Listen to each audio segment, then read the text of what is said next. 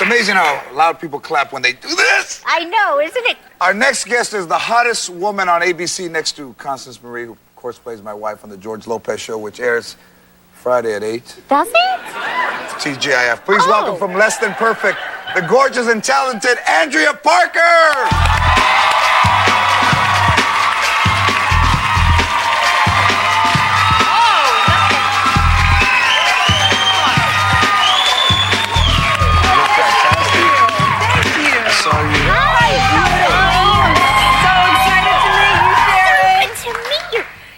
You look amazing. Are we lovely in black? Look a little at this. trio? Very nice. Stunning. And your little Manolas on?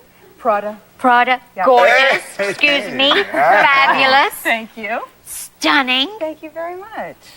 Now, we met at the ABC party, the 50th anniversary. Do you remember? Thank you for that introduction, by the way. We were drinking tequila back there in the after party. Oh, yeah? And what dancing else? and dancing. What else? It was great. And then you lost your top, and it was crazy. I always lose my top. Whenever there's tequila around, the top is the first thing to go. Did you strip? No, I didn't. Oh, okay. Nobody wants to see that. Oh. We do now. I would. No. Yes, we do. We do now. Oh, yes, You're we do. I changed. You were looking so svelte. Thank you. Doesn't he You look look... And that was a really word that nice, never really went with me, handsome. svelte. It sounds Svelte. very Jewish. Thick. You're It's svelte, svelte. You're svelte. gorgeous. I don't call my parents, I'm svelte. Yeah. Yes, and Constance Marie is beautiful, beautiful lady. You must give her my best. Now, you guys were in acting class? Yeah, we were in school together. Get off. she pay You were attention? Yeah. I won't. We were. You were? Yeah, isn't that a wonderful But didn't coincidence? you start off as a ballerina? I did. I think I we did. have a You were a picture of ballerina? you. And then Look at this. Yeah, I George, think my mom look. brought a photo. Isn't that nice? That is the biggest ballerina I have ever No, seen in my excuse life. me. How tall? How tall are you? I'm 5'10" barefoot. So, Wow. so in point shoes, I'm 6'3". Yeah, I'm Sasquatch in a tutu. Now, how tall are you? 5'2". 5'2". Oh, I always wanted to be little. She could fit in one of your shoes. What- yeah. you are the perfect height for a ballerina. I used to dance. Stand up. I used to dance. You did. You did. All right, Let's see some wow. moves. All right, Oh, the you're gonna battle of take the your heels ballerinas. off. The battle. Okay, wait. You took your shoes off, so I'll take my shoe off. So there. Come on. See, I'm gigantic. No, you're not. But No, that's you're all not. right, You're that's all like right. a model. It's As- everybody wants to be like this. As an actor, it's not such a big deal. Now, what about driving cars real fast? Yes, I What is that? turned in my point shoes for a Cadillac. Didn't you do like special driving things, like you do stunt It's driving? become a passion. I just can't stop it. Burning Do rubber you in the drive morning like a is gear just car? breakfast of champions. Do you do gears? Yeah, absolutely. Oh, how do you do those gears on a car? You're so funny. Now, do you No, do I- spins, you do 360s, and you do... Wheelies. Oh, absolutely. Yeah, that's the fun of it. Yeah, you really don't go over 30 miles an hour, so it's controlled danger. It's What not kind bad. of- You could do it. Come, what I'll teach kind you. of- I'd love to teach you. You'd be amazing. It's all about finesse. Women are sometimes a little better than men because they like to overcompensate. You know, they like to put the muscle into it when it's Yeah. really it's a little bit more. Okay, now what about this? finesse-oriented. Now, as a Latino, this frightens me that you also are good with guns. As a Latino. Are you? I am. I'm a You shoot too? I'm You a decent drive? marksman. What was the show where you started like this? The Pretender. Yes. Yes. Yeah. James That's so Bondish. nice. Thank Come on. you. I loved every second of that. That character was so malevolent and unruly and unapologetic for her bad Do you ass have a attitude. gun at home? Let me know before I go over. let me just hit him in the shoulder. Ba-ding! All right, I'm leaving. Now you talk to me doing about this, looking at girlfriend. that? Talk to me about the cover of Razor magazine. Look at that. So gorgeous. I know I'm half naked. Wow. Half? You're all Totally naked. I am. naked Well, There's I half am- a chair in I- front of you. No, Yeah. did you have a thongy on? I was asked to remove it, funny enough. And you did? And I did. Just like How that? exciting. Just like that. This is very nice. Very, very gorgeous, I must say. Who was the Thank you. photographer? Kevin Foley, I believe was his name. Beautiful Very pictures, talented you man. Thank sexy you. thing, That's you. very nice. Thank you. Now, in your show, you look so great in everything that you wear. I'm so spoiled. I'm so spoiled. But look at you now. Everything, even the ring to match. Did you see that, It's George? fantastic. Do you know Look at that this. Prince Albert kissed this ring? Get out of here. I won't. Royal. He's royal. What? Royalty. Yeah. From Monaco. You know who he But is. of course, Prince Albert had to do this. He had to. Oh, yes, on his knees. All right, we have a clip from the show, and it's one of my favorite shows. I think you guys do a great job. Thank you. And of controlling Andy Dick, too, personality-wise. Fantastic. Such a great guy. I'm so lucky. Let's take a look at the I'm clip. so How lucky. wild is he? Wonderful cast. All right, let's go. If I play my cards right, my relationship with Jeb is moving to the next exciting step. Lydia, you can't sue him for alimony until you marry him. Oh, we're not at that level yet. But this is my chance to sink the hook even deeper. His son is coming to visit from boarding school, and I am determined to bond with him. Aw, how old is he? I love kids. Oh, Claude. Okay, George is in the 9th grade at Andover. This isn't a child from your world, covered in bits of shag carpet and taco fixins. So I have to tell everybody when the show's on. Come on, Andrea. You go. When is the show? Catch Andrea on Less Than Perfect Tuesday nights on ABC. Yes.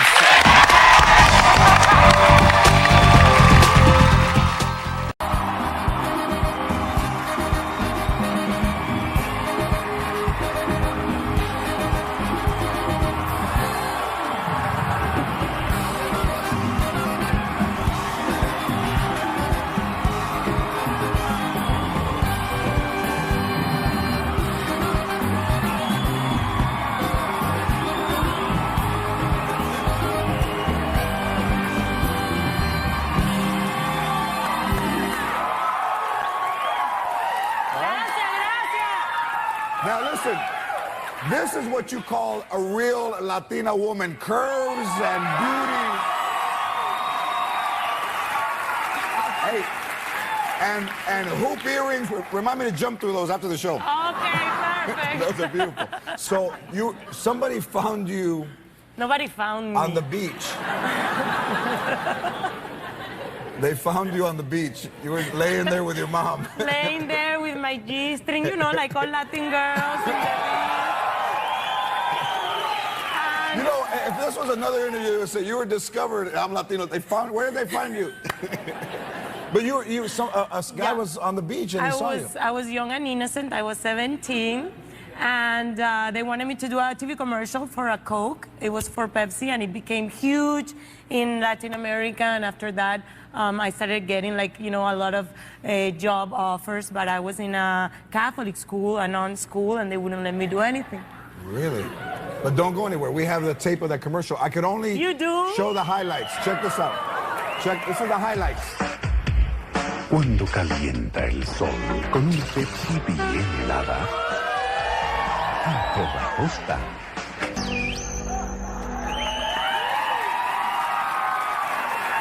I was brand new at that point.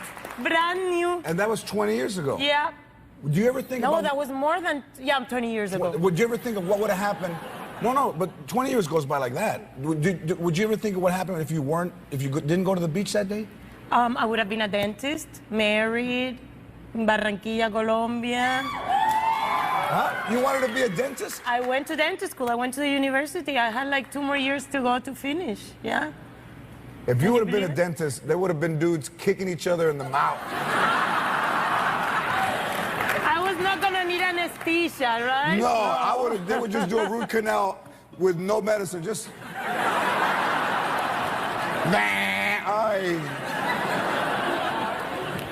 Wow. But I didn't finish. You know, I started to get opportunities for work, and then, you know, you wake up every day and you have to think, okay, do I go make money or do I go to class? And money, huh? So when you went to like Univision or the casting agents would see, what would they tell you? When I started auditioning in LA, they were like, yeah, she sounds like Latin, she moves like Latin, she, you know, everything, the body is like Latin, but she's blonde.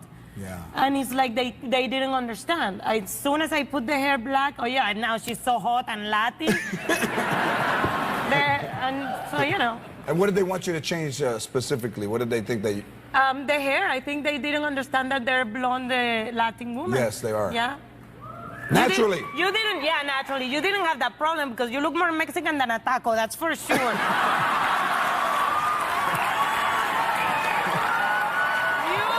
have that problem when you came, did you? That's hilarious. That's gacho and hilarious. That's the double whammy. That's gacho. Where did they find you? At King Taco? But they didn't find you in the beach with the G-string, no. No, they didn't find me. If I'm wearing a G-string, it's gonna be like a Z-string. Ya todo wango, all the elastic worn out. It's not even a G-string, it's just underwear that made a wedgie, you know. I'll need a dental pick to get it out. But did they ask you to? I mean, they always think that because we're curvy that's You're wrong. curvy Yeah, too? I'm curvy too. Okay. You know, they wanted me to lose weight because and the breast reduction. They wanted me to get a. Did they think that you should have got a breast reduction? Yeah, they thought that I was. I mean, because they think I was too much and that they were not going to take me serious. I was too much. Yeah, but I never wanted to be taken serious. I wanted to do comedy. Right. Yeah, so I said, you know what? If they want me like, I mean, they were going to want me, but if they're going to give me jobs like this, I'm going to stay like that. this. Yes. But your mom, and what would your mom say? I don't think, we don't have breast reductions, Latinos, do we? No, I mean, my mom is like, God is going to punish you if you take your tits off. We'll be back with Sofia Vergara, so keep your asses on the couch.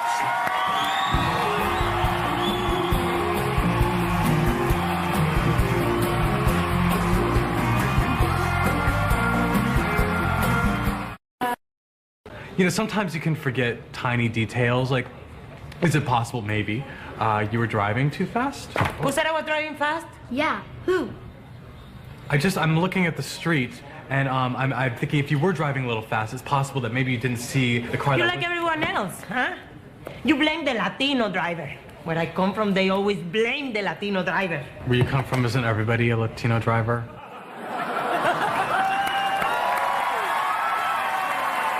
Back with Sofia Vergara. Hey, congratulations on getting picked up. Modern Family got picked up for a second season. Yeah, I'm so happy. No, it's a dream job for me. Fantastic. Great actors, great show. And I was telling you in the break that I love that when I saw the pilot that all the characters are great, but that I didn't realize until the end that they were all in the same family. In the same family, yeah. But they all have their own thing going on, and then they always, at the end, something happens that brings them together. Right, right. So congratulations on the Golden Globe and the SAG Award nominations. Yes, for a show that's right off the bat, strong. Yes, very lucky to be having so much fun at work, because you know how it is long hours, but when you're working with people that you're having fun and you're having fun, I think that's why everybody's loving the show. Yes, and does it air in Colombia? It's about to air in Colombia. It airs in the UK, but you know what? In Colombia, they're having problems now because they translate the whole show in Spanish. And they have somebody that does my voice. And they're like, but we know that's not you. That doesn't sound like you. They're complaining. But it's funny because when I used to see Married with Children, that Al Bundy was in that show, Ed O'Neill, I thought he had this voice like Antonio Banderas. Like sexy. Because that's all I knew. It was always translated by a guy that sounded like Antonio Banderas. And then when I met him, I'm like, I know you know Spanish. I've heard you many times before, but no. They did my sitcom in Spanish, and I thought that they were better actors than we were. Really? It was better. The guy had more flavor. Yeah. More flavor. So in Univision, you hosted a game show that people did things for money. Yeah. And what was it called? A que no te atreves. A que no te atreves. Sí. Was it after? And what was the concept of the show? Nothing. We would dare people to do stuff for money, and usually it wasn't for a lot of money. They just wanted, to be on TV and have their, 15 minutes of fame and have fun. What kind of stuff would they do? Like? Oh, one guy jumped naked from a helicopter, from a airplane. One, we did like a big box of cockroaches. Yeah. And he was laying there like crazy. We did crazy Stuff like things. that. Yeah. One time I laid in a bed of snakes. You did? Yeah, I did. Vamos. We're gonna play our version, Whip It Out. Will you help me play Whip It Out? Will you stick around? Okay. We'll be playing Whip It Out with Sophia, so don't go nowhere. Hey.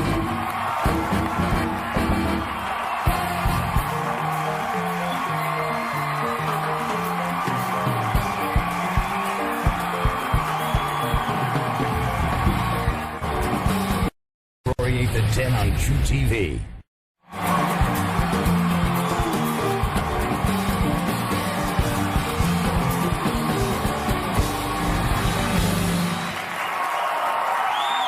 All right.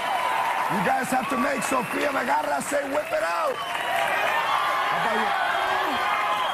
Stand up, fool. Bueno, papi, I'm gonna give you $100 if you drink a shot of habanero hot sauce. 200. 200, yeah. 200. 300 while you're at it. A ver. $300. Stand right here, Pa' Miguel. adentro, pa' You could adentro. blow. 300. Go ahead.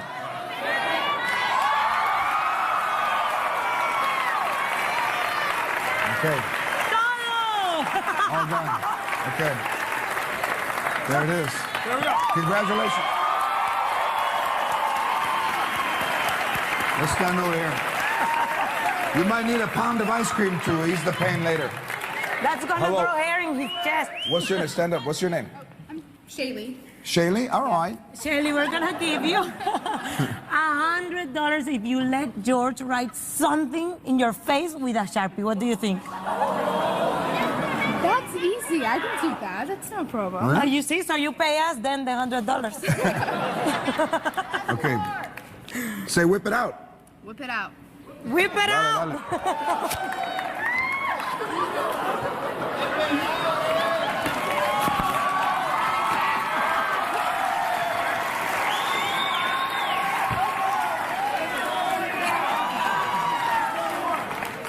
It says, Tiger, call me. Aquí están los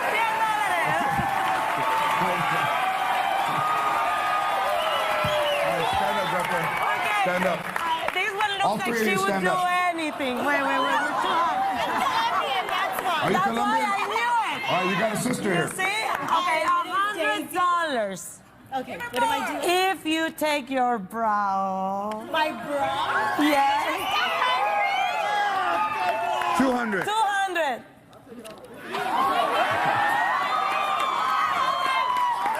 Well, wait a minute. But all women can take their bra off. What the hell? What's that? Come on, not in... Two shirts on and one's tucked in. Is there a time limit? She's already doing it. Is there a time? 15 seconds. It's off. Let me see. It's still warm? Okay. One for each. You're good. Hey, last week we shaved somebody's eyebrows off, so let's do that again. No, that's mean. I have a better idea. What? How about you let me shave your goatee? What do you think?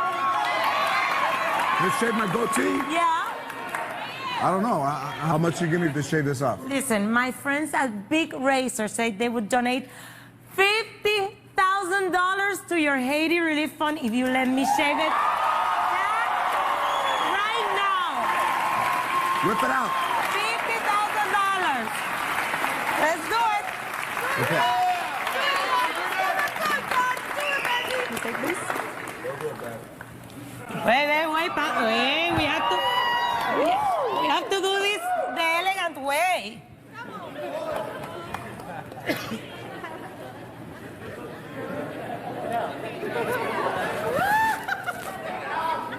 You ready? You're not gonna sue me or anything I'm not. if something Go happens. easy.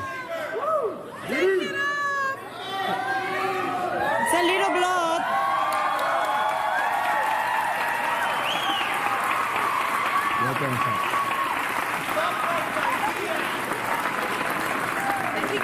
think I took a little bit out of the lip, but it doesn't matter.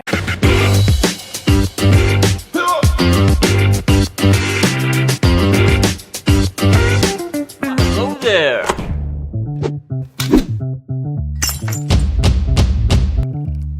It's just me and the world's best tasting vodka. Hey guys, welcome to again Off the Dribble with your boy Byron Scott. My guest today is my boy. This is my golf buddy. He's one of these brothers that you can call at any time, and he's there for you. And I got to tell you a little bit about a few years ago where he really was there for me. Such a lonely really life I lived, though. You know, when somebody my can boy, be there, George Lopez. That's all I want to say. when my boy somebody's George there Lopez. 100% of the time, they got shit else to do except wait for the bat signal in the sky. Well, George, before we get into your career and everything that you've done, there was a very, very tough time for both of us a few years ago. Yeah, man. When our buddy, Kobe Bryant, passed away. And this man, I took like 2 weeks where I wouldn't talk to nobody. And George sent me a text and said, B, I know you're hurting, but let's go play some golf or something. And I remember getting back to George. I said, George, give me another week or so. Because I was just in pain. A couple of weeks went by. I called George. I said, man, I'm ready. Let's get out and play golf. It was about a 7-hour round because we let everybody go through. We made stops. We had drinks. We celebrated Kobe Bryant's life and his achievements. And I don't think I ever got a chance to say thank you, George, because, I really appreciated that, man. And it was awesome of you to give me that call. Well, thank you for being there for me, too, because it's, my daughter called me and said, I just like, what happened? Yeah. And it's, places stay forever, monuments and things in Europe you can see around the world, but that guy to us in LA and to just was a monument. And I think that he will be remembered, everybody's remembered forever, but remembered every day. Yeah. Yeah. And that's when somebody's really important, when you remember them every day. Yeah. And the happy thing about all of that is that, he had an amazing impact on a lot of people, and he did it off the court with like humor, man. And he was a funny guy, and he was a sweet guy, that. And he was a guy that, the Mamba mentality is a great, just a great 2 words to go together. It's like somebody's will, but to see somebody that did what he did and walked it and talked it. And I went to a lot of Friday night games, and they always come down to the last shot. And he made a lot of them, but the ones that he missed, nobody went, oh, he missed it.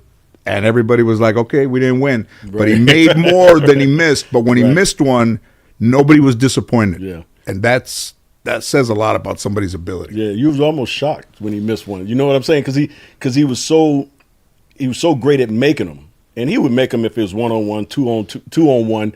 He didn't care if they brought a double team. He was that type of guy where he was willing to be the hero just like he was willing to be the GOAT. Absolutely. And that's that Mamba mentality that we talk about. But before we get going a little bit more, got to say thank you again, George, for coming out, my brother. Cheers, man. We're going to have a good time. A little Neff vodka in here, y'all.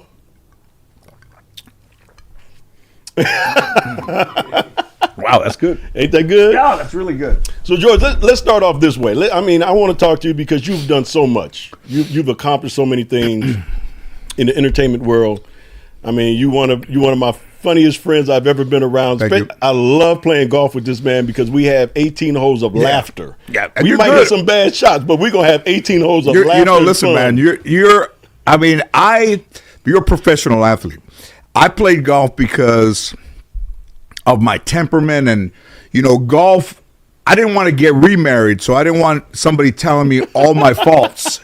So I let golf decide what's wrong with me. So, if you cheat, you're cheating yourself. Yeah, if you quit, you're a quitter. If you write the wrong score down, if you're not gracious to people, if you don't say hello, and which all the things in life that are easy to do. Right. You know, so it was a way for me to see what people had said about me, criticisms about me, even when I was younger, and for me to realize when there was nobody else around and nobody to blame, that those were the real issues that I had about writing down the wrong score, integrity, cheating, moving the ball, and all of those things are someone's real life. It brings it. It brings it out. So, you know, it changed my life. And then, you know, I used to get really mad and throw a club or something. You know, I'm no Reggie Bush, but that dude, Reggie be throwing them all over the place, don't he? Listen, man, I played in Cedric's golf tournament and clubs were flying all over the place. And then Cedric called my house and said, "Hey, have you seen a club in your bag? Reggie's missing a club." I said, "Have you checked in the trees and in the bushes?" I mean, you throw a club, man. If you throw a club, that says a lot about your. When you want to throw one and you don't, now you're starting to internalize your things and to be better. There you go. And that's what golf has done for me. Like I play pretty good. I play all those pro-ams. I mean, I can play good. I putt good. Short game's good. But I play for the temperament and the peace. Why does somebody go to the beach and watch a sunset? Because they go for the peace. And there's a tranquility in that. And for me, there's tranquility in golfing, and you know, being a member at that club and knowing that most of the other Latinos that are there are like the service staff and all those guys. That means a lot to me too. Yeah, no, I mean, and first of all, it's a great track, great club. Yeah, and I appreciate, you know, the invites when we get a chance to play. But you remember, you know, we've known each other a long time, and yes, we have. You know, the Lakers have meant so much to me in my life, and you as a player in the 80s was a time when I spent a lot of time alone, you know, and my grandparents were still alive, you know, and I was such a fan, but I was always alone, that in those Boston Celtics or in those championships, in those finals, when it got down to the crunch time, I would go outside. Like an expectant father would leave the room. I can't take it anymore. Outside smoking a cigarette. I couldn't take it. Really? I'm not playing. So when you would go outside, you would go out to get away from watching the game because it was coming down to the nitty gritty, and you couldn't stand to see what was going to happen. I couldn't watch. Wow. I would go outside in the backyard and I'd walk around, and then I would come back in and they would say they won. Oh, they won, all right. I said, oh, they lost. The pass that Magic threw across the court, I was outside. Yeah, I was outside when it happened. Don't remind me. But I was, you know, I would say to myself, like, you know, what's going to happen? I didn't know until later. Is that what's going to happen is going to happen, whether I was watching or not. Right. But at that point, you know, and it's a lot to do with Mexicans. You ever see Mexicans go to the church? The ones that are sitting in the back still want it to count, but they don't want the Lord that close. Like they're like, listen, man, I do a lot of things in my life that aren't. I do a lot of shit, so I don't want to sit too close. Don't go in this place, but I'm going to still go. I'm going to sit way in the back. You know, where the place they don't even go with the money thing. Like, I probably ain't got no money sitting back there. So I just go in the back. You still get credit for going, but you're not as close to the gospel as somebody would feel comfortable enough. Well, you stupid. You know. So listen. So I cussed in church one time, and did you really? Oh man! Like more than one person heard you? Yes. I mean, okay. So a few people heard you. And you know those movies where they go, all the heads turn, and it makes a sound, and every head. And I said, "What?" I said, "Man, you cussed in church." No. And so you almost did it again. I almost did, man. I was like, I can't believe I cussed in church. And then my grandma, that was it for me. My grandma said, "Hey, come over here and tell when you cussed in church." That's a long time ago. But yeah, nobody should cuss in church. No, I agree with you there. So how did you get started in the comedy? Where did I mean, was you like doing shows at the house for the family? How did you get started in comedy? Man, that's a good question. Let's see. I think at first you have to be ignored. So my biological family was not a close family, and they ignored me a lot. You know, my mom was not married, and my dad took off, and I was insignificant from even before I was born. So much less, like, and my mom was not well health-wise. She had epilepsy, and she had, a couple of things that made people believe that before I was born, that I was going to be, and listen, I've never said this word before, never told a story before. They thought I was going to be an imbecile. That's what they said. An imbecile. So they wouldn't like hold me, and they wouldn't like, kind of look after me, because they thought that I was going to get what she had. And the word imbecile is pretty harsh, man. And as a kid, my grandmother would sit, they would say to my grandmother, or when my mom was around when I was young, they would say, "Don't tell him that." And my grandmother would say, "Well, how else is he going to find out if I don't tell?" I mean, the things that were said in anger. Listen, nobody bullshits in anger. Right. So when somebody's angry and they're yelling at you,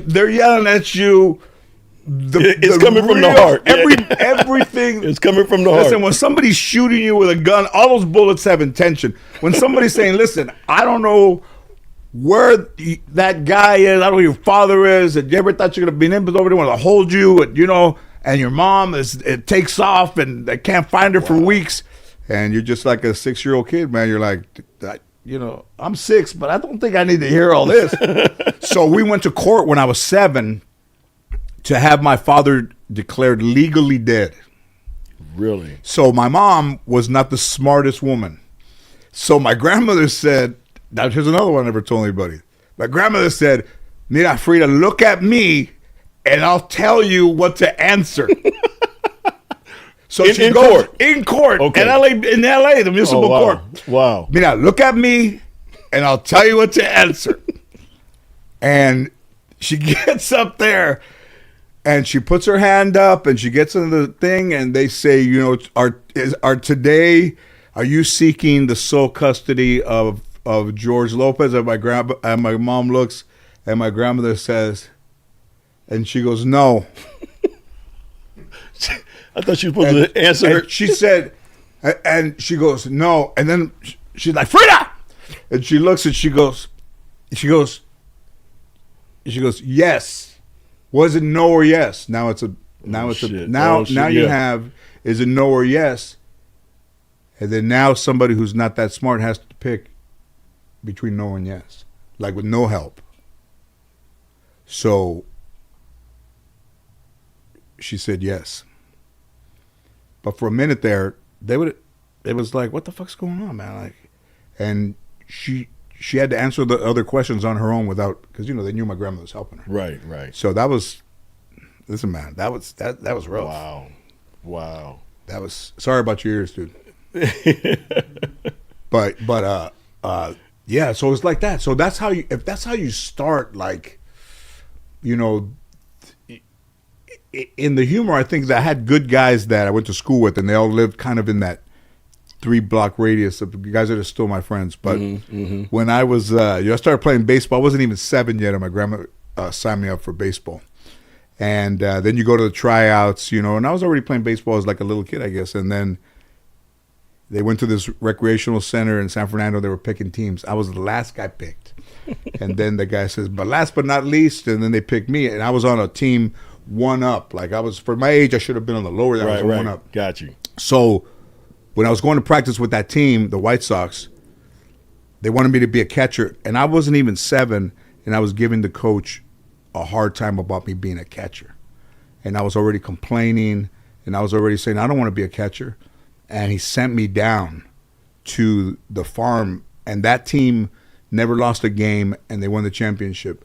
And in my whole career playing baseball, I never won a championship. And I thought it was because of me being an asshole at 7 and getting sent down, that I was punished for not being a fair sport, or understanding that sometimes everybody has to play a part on a team. You play a role. Yeah. And the coach told me that. It's like, hey, listen, man, everybody has a position to play, and yours is catcher. And I just bitched so much that he sent me down. And then I went down to the Bears, and Alex Garcia, that boxer that boxed probably 20 years ago, he was on my team. And I remember tagging a guy out at second base, and I was catching. So imagine the catcher running across from home plate to second base. And that's how bad that team was, that I had to go as the catcher and tag. You couldn't throw it to the guy at the second base. He wouldn't have caught it. So I ran across the field to tag him out at second base in full catcher's gear. So I should have stayed a catcher because I was pretty good. But then my grandparents and I, went to a lot of Dodger games, and the guys that I grew up with were funny, and I was funny around them, but I was shy. I think if you're going to be a good comedian or good at anything, you have to have a lot of things wrong with you in the beginning. So being shy and around other people, but being funny around my friends was at least an opening to something for the future. But finding comedy, I think, through the Tonight Show and through sitcoms, watching Sanford and Son and watching Chico and the Man and Cheech and Chong albums, Richard Pryor albums, and George Carlin and all those things. And then, when I was in junior high, my friend Ernie went to another school, and he said, "Hey, there's a guy at Kennedy High School, and he's going to the Comedy Store on Monday nights, and he's doing stand-up." And I'm like, he goes, "We ought to go down there." So in 79, June 4th of 1979, I was still in high school, getting ready to graduate. And I went over there and performed for the first time. Wow. So how was that? I mean, because you're still in high school. Because I was going to ask you, where'd you get your start? But this seems like a little bit of a start because you're going to do stand-up for the first time out of high school. And then from there, I want you to tell me the experience of doing that. How was that first? And then from there, when did you get your first job as a comedian?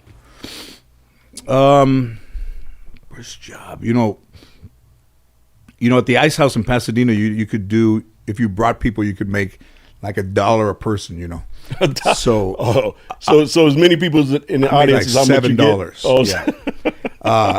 And in 1987, before my grandfather died, I was on TV just for maybe 40 seconds, one joke in this kind of like laughing kind of reboot. And my grandfather saw me.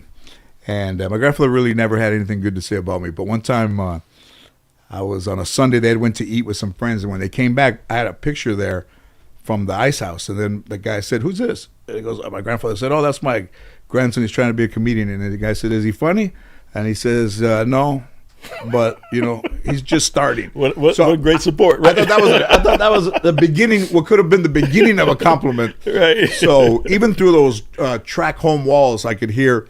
But he never said anything really good to me. So I think, as sad as it is and as debilitating and as much as it hurts, if you stay down, then you stay down. And whatever it was in me, man, that made me get up, I knew I didn't want to stay down. Yeah. And not that those guys that I grew up with were nobodies. Right. I just said to somebody, I wanted to be somebody more than I wanted to be nobody. And, I never expected much of a career because, I always say, when you look like Mario Lopez, you can make it. But when you look like me, you got to be talented.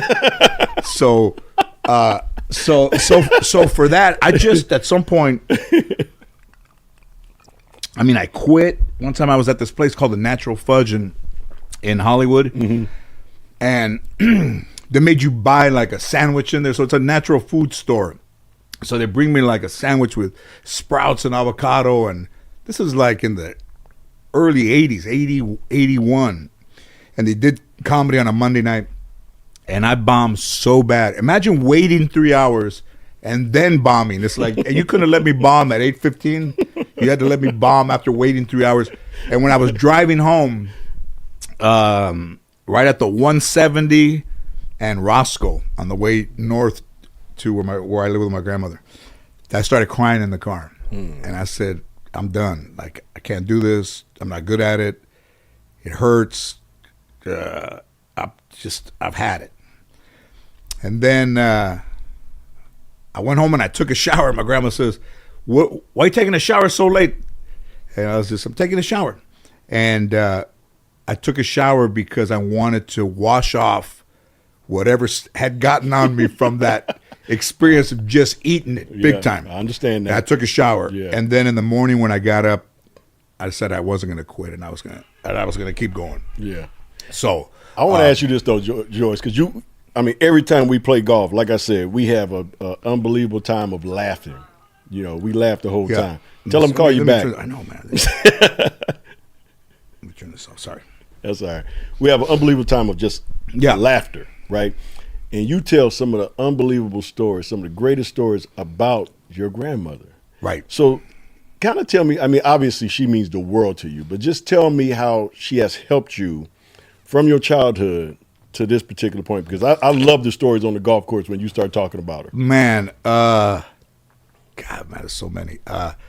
You know, when my first show started, you know, Time Magazine wrote a thing on me, you know, the one page in like the showbiz part of the back of Time, and it said that that I should consider my grandmother my muse because of me using her in the show and using her in the stand-up to make a living for myself. So the guy goes, I don't know if he's aware that, you know, this woman is the muse that he has, but she, you know, she had a hard life. She had dementia and she was at the hospital. So they told me, yeah, your grandma's in the hospital. So I go to Holy Cross in Mission Hills and she has dementia. And she's in this little room and I walk in and she had a way of looking at me that was like just a threatening way. So she's laying in the bed and I walk in and I'm standing right there and she's looking at me like this. And I'm like, to myself, I'm like, is my grandmother throwing me hard looks? Right. So I look at her, I'm like this. So she's looking at me and I'm looking at her like that. And my grandmother goes like that too. I mean, come on, man. Come on. Now, how old was she at this time? 85. Wanted to make sure you didn't flinch on her. Oh my God. What the, I mean, come on, man. A lady with dementia like that. But my grandmother was, she, you know, they wore abuse like, you know, like if it was a banner, you know, like I was with this guy 19 years and he beat me and I stayed for my kids. And I said, why do you stay for your kids? Why don't you go to a hotel? And she goes, you don't know nothing. I didn't have any money. I said, hotels were like a dime back then. Shut up. You know, so she didn't want any kind of opinion about her life. You know, so my grandfather on Fridays, he'd get off early sometimes. You know, they'd finish early, you know, and he wouldn't get out of the truck right away. And my grandma would look through the window. He's scared to go in the house? They're drinking in the car for hours. Go tell them to come in. I walk out there. I go, Grandma wants you to come inside. They like to wait. All right. So I say, he told me to tell you to wait. So what did he say? So she started to make chile, like, you know, that was her retaliation. So they had that mocajete, the thing, and the stone grinder. And because he would eat when he was drunk before he went to bed. So she said, you know, if I make this chile really hot, it's my way of getting back to him. I can't poison him. I can't go out. And it's no wonder that she didn't go out there and say, get your ass inside. Right. So she would be grinding this chili. And I would come from baseball practice and I would come through the cul-de-sac there and I would see the truck there and I'd see him inside like at 8:30. And I would say, uh-oh. So I already knew. So I'd open the gate and I would take 3 steps, maybe 20 feet from the house, and that chili would be in the air. And before I would walk into the house, I would go, it was just in the air. Because when it's so hot, you can't stand around. And my grandmother would be inside and I'd go, and she would say, he doesn't want to come inside me now. And she's just like grinding this thing, man. So her retaliation was chile for him, and she just never pulled any punches, man. And you know, the first day of my show, like you grow up and you want to be a comedian, and she knows. And it's a long shoot because the first show is always long, you know. And then I look over there, and she's kind of looking off outside. We're going down the 5 freeway, and she's kind of wandering off, like looking off. And I'm like, at least say something to me, like, you know, I got this show. Right. So I said, literally, man, you got to believe me. I said, what do you think, Grandpa? And she goes, you want to know? And I said, yeah, I want to know. And she says, if I would have known it was going to take this long, I would have stayed home. I mean, come on, man. Your whole life, man. Right? I don't know if I would take this long. I would have stayed home. And you know, my mom character was based off my grandmother. I was about to ask. And my grandmother watches the show, and she goes, And I said, "What do you think?" She goes, "Hey, you made me nice." That's what she said. Everybody said, because I was going to ask you that. The George Lopez show. Yeah. Which I almost 20 years now. Yeah, I loved that show. I mean, I used to watch that show and I was like, all right, I'm wondering, because we knew each other. And I'm wondering, is this but we didn't talk about our upbringing and things of that nature. So I was wondering if that show was based on your upbringing, a little bit of the family. Totally. That was kind of intertwined into that whole thing. But it was also one of the first, if I'm not mistaken, one of the first Mexican sitcoms on a major network at the time. You know, there's a couple of things. You know, I was selling out a bunch of shows at the amphitheater. Like, I think I sold out 22 in a row. And they came and wrote an article in the Daily News about me. And I had never thought about what this guy wrote. This guy said that, you know, George Lopez pays homage to the people that inspired him, you know, Freddie Prinze and Richard Pryor. But Richard Pryor or Freddie Prinze never sold those amount of tickets to have people come and see him. But he still does. But I still pay homage to those guys. Right, like Richard Pryor toured, but he you know, it's back then. So in comparison, it's like I still pay respect to the people that came before me when to that writer had passed them. But I would never consider myself better than those guys. But in those shows, what was I going to say? So that was one example. And then in the history of television, you know, I Love Lucy, Desi Arnaz was the husband, but not in the title. Chico and the Man with Freddie Prinze was a co-star, not in the title. I'm the only person in the history of television who's Latino who's led a show and it's named after him. So it's higher than those guys. But I still, you know, think of it as, you know, it's like not as important. But, you know, Freddie Prinze, when the 100th episode of my show was coming, Johnny Grant, who used to be the mayor of Hollywood, he said, you know, I was at another star ceremony. He said, I think it's time we put you in the Walk of Fame. And I said, I'm not going in until Freddie Prinze goes in. Wow. And he looks at his assistant. He says, Freddie Prinze is in, isn't he? She says, I don't know. I said, no, he's not. We'll check and we'll get back to you. So they got back to me and they said, he's not in, but if you want to nominate him, we can put him in. And I said, yeah, I want to put him in. And I paid the money for the star. I think it was $10,000. And then the day of the ceremony, you know, Kathy, Freddie Prinze Jr., the people, Dusty Snyder, who was with him in the room when he committed suicide, and all the friends that Freddie had, even some from New York, were all there. Della Reese was there, and all these great people, man. And then Freddie Jr., I see him over there on the phone, and he walks up to me and he goes, hey, my grandma wants to talk to you, which is Freddie's mom. And she was in Puerto Rico. And I said, hello? And she goes, oh, George, you know, thank you so much for being so loving to my Freddie. She said, my Freddie. Thank you for being a fan of my Freddie and for being loving to my Freddie. And then she said, if my Freddie was alive, you and my Freddie would be best friends. And I was like, oh my God, man, this is like tough. So we did the ceremony, man, and Junior was very emotional, you know, and at the unveiling of the star. But for a dude that had zero integrity, zero credibility, zero ability to tell the truth, and zero care for anybody else but myself, I grew up to have eliminated all of those things from my life. I'm not who I was when I was 25. I'm not who I was when I was 15.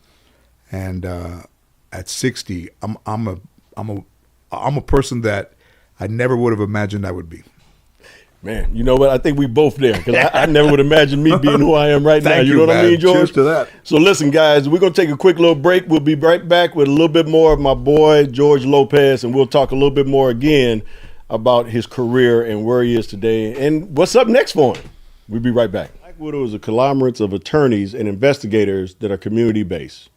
They started from a personal traumatic loss that turned into a platform for human dignity and rights. Black Widow always finds ways to eradicate the wrongs and produce positive results beyond all boundaries, and they always pay it forward. Black Widow can handle any and all legal matters, including motorcycle injuries, car accidents, trips and falls, criminal matters, family law, workers' compensation, and restraining orders, and more. In all industries where money rules and basics give rights are overcome by greed, we strive to make it about humanity by repeatedly educating and informing the masses of their rights. If you have ever felt frustrated or anger that you have been done wrong, that's the fire that fuels Black Widow. When you are done listening to all the rest, call Black Widow for the blunt truth. Call 818-599-3613. Again, that's 818-599-3613. Or you can find us on Instagram at BlackWidow_investigation. Right. Welcome back to Off the Dribble. Your boy B. Scott is here. And again, I'm with my boy George Lopez. We've been having a great time, just pretty good, talking about the old days, talking about golf, talking about all the things that we love. I want to get to now the George Lopez show. Yeah. And how that came upon you. Man. And then, man, I mean, that thing, took off as well and lasted for a long time. And then I want to also know, why did you kind of stop? Okay. I know you wanted to go in different directions. I know how you are. You're artistic. You want to do other things. But let's talk about the George Lopez show. First of all, I never thought that I would have my own show. Mm-hmm. And then you grow up watching Johnny Carson. Mm-hmm. And I was in Las Vegas, I think 1989, in the summer of 89 or 90. Johnny Carson was going to retire. Mm. And, I love Willy Wonka, like growing up, Mm-hmm. So in the USA Today, in the Life section, there's a comedian on the cover story, this guy Ron Schock, I think he passed away. And in the article, it says that before Johnny leaves, they're going to have 6 new comedians on. Mm. So I'm in Vegas in the Maxim Nowhere Going show. And I remember reading that, and I remember thinking, man, it's like Willy Wonka, man. Like, there's 6 golden tickets out there. Mm-hmm. Like, who's going to get them? Mm-hmm. Never thinking I would get one. So I was at the Improv one night, and the talent booker for the Tonight Show sees me and says, hey, put some stuff together, man, and call me in a week. And I was like, wow, it's not going to happen, man. So I put some stuff together. I worked all week. I'd fall asleep on the notes and get up and then do them again and fall asleep and get up. Worked on a week. So he says, come to my office. So I go to his office, and he goes, are you ready? And I'm like, am I ready? And he goes, yeah. He's sitting behind the desk. He goes, show me your stuff. I was like, that's on the spot. And I did it, with no laughter. The guy didn't laugh. I'm talking, the guy's looking at me. Say another one is looking at me. He's like, When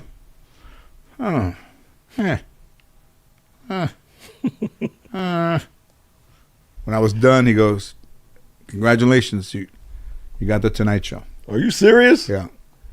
He just made sounds. He goes, you didn't laugh. He goes, hey, if I make a sound, that's like a laugh.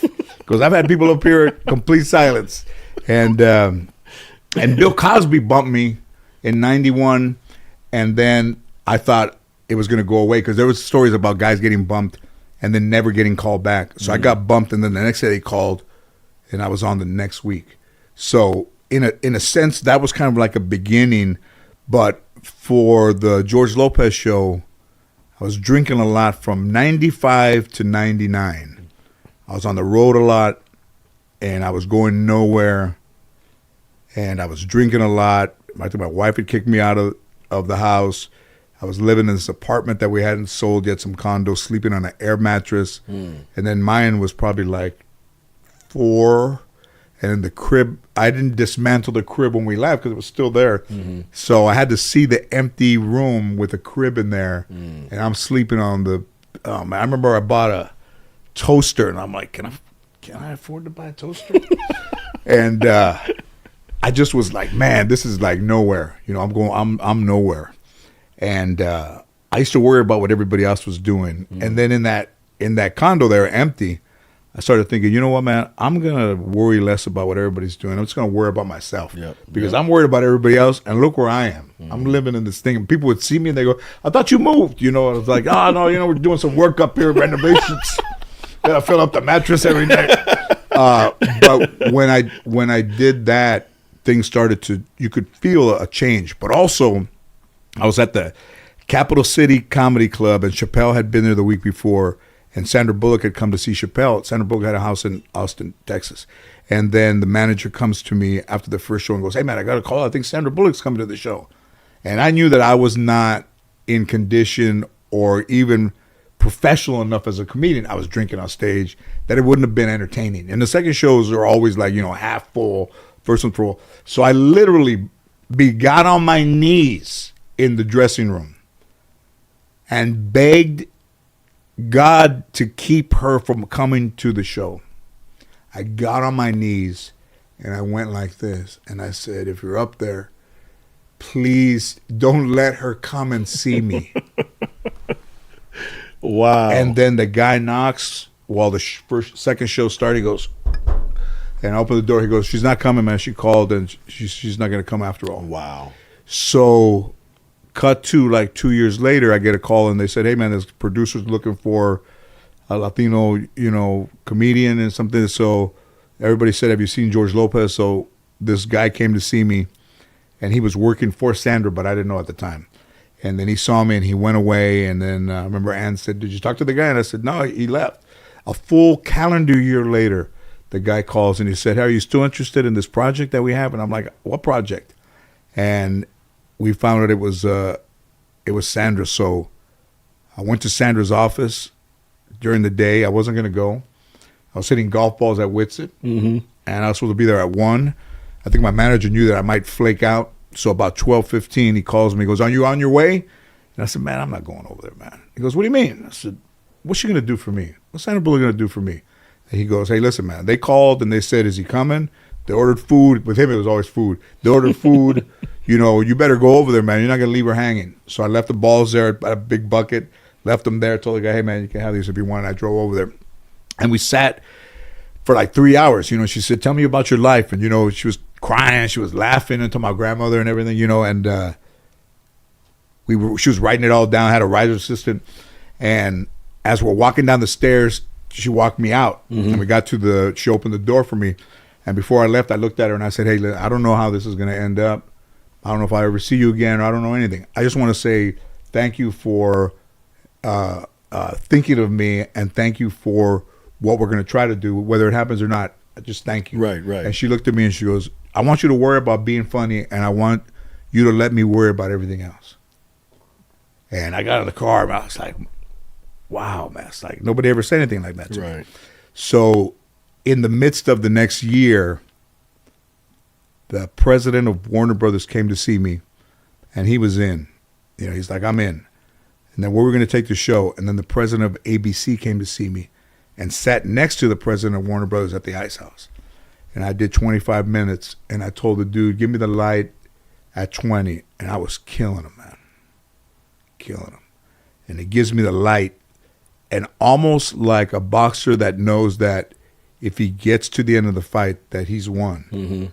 So I was digging in a little bit, then I was kind of cruising at the end, and I knew what I had at the end. And when the light flicked on and off like that, it's like time, and I left, and the people were going crazy, man. And before I left the stage, before that guy got to me, in my head, I thought, you just got yourself a television show. But I didn't know. Right.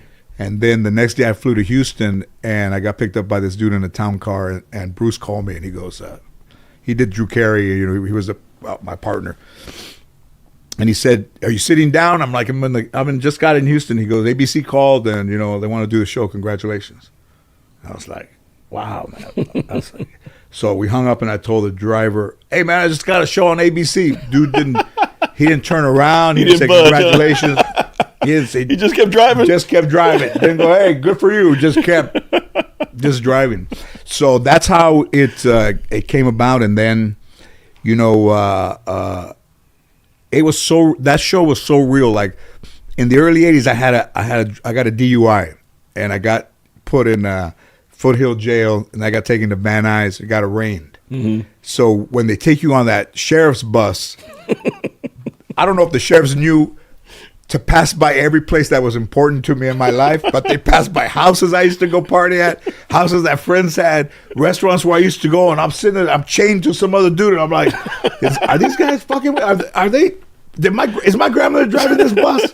They're going by my schools, they're going by my high school. I'm like, what the heck? Like, I'm on like a Starline tour. I'm like, man, this is getting depressing, man. Farewell to her. I said, going by all the shit I used to do. Oh, I said, this is depressing. So they throw you in the tank up there.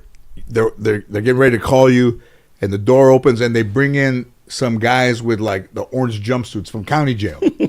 So I'm sitting down, and I'm looking down, and then somebody sits next to me, and he's wearing those jail sandals, you know. And I look down, and the guy's toes are painted red.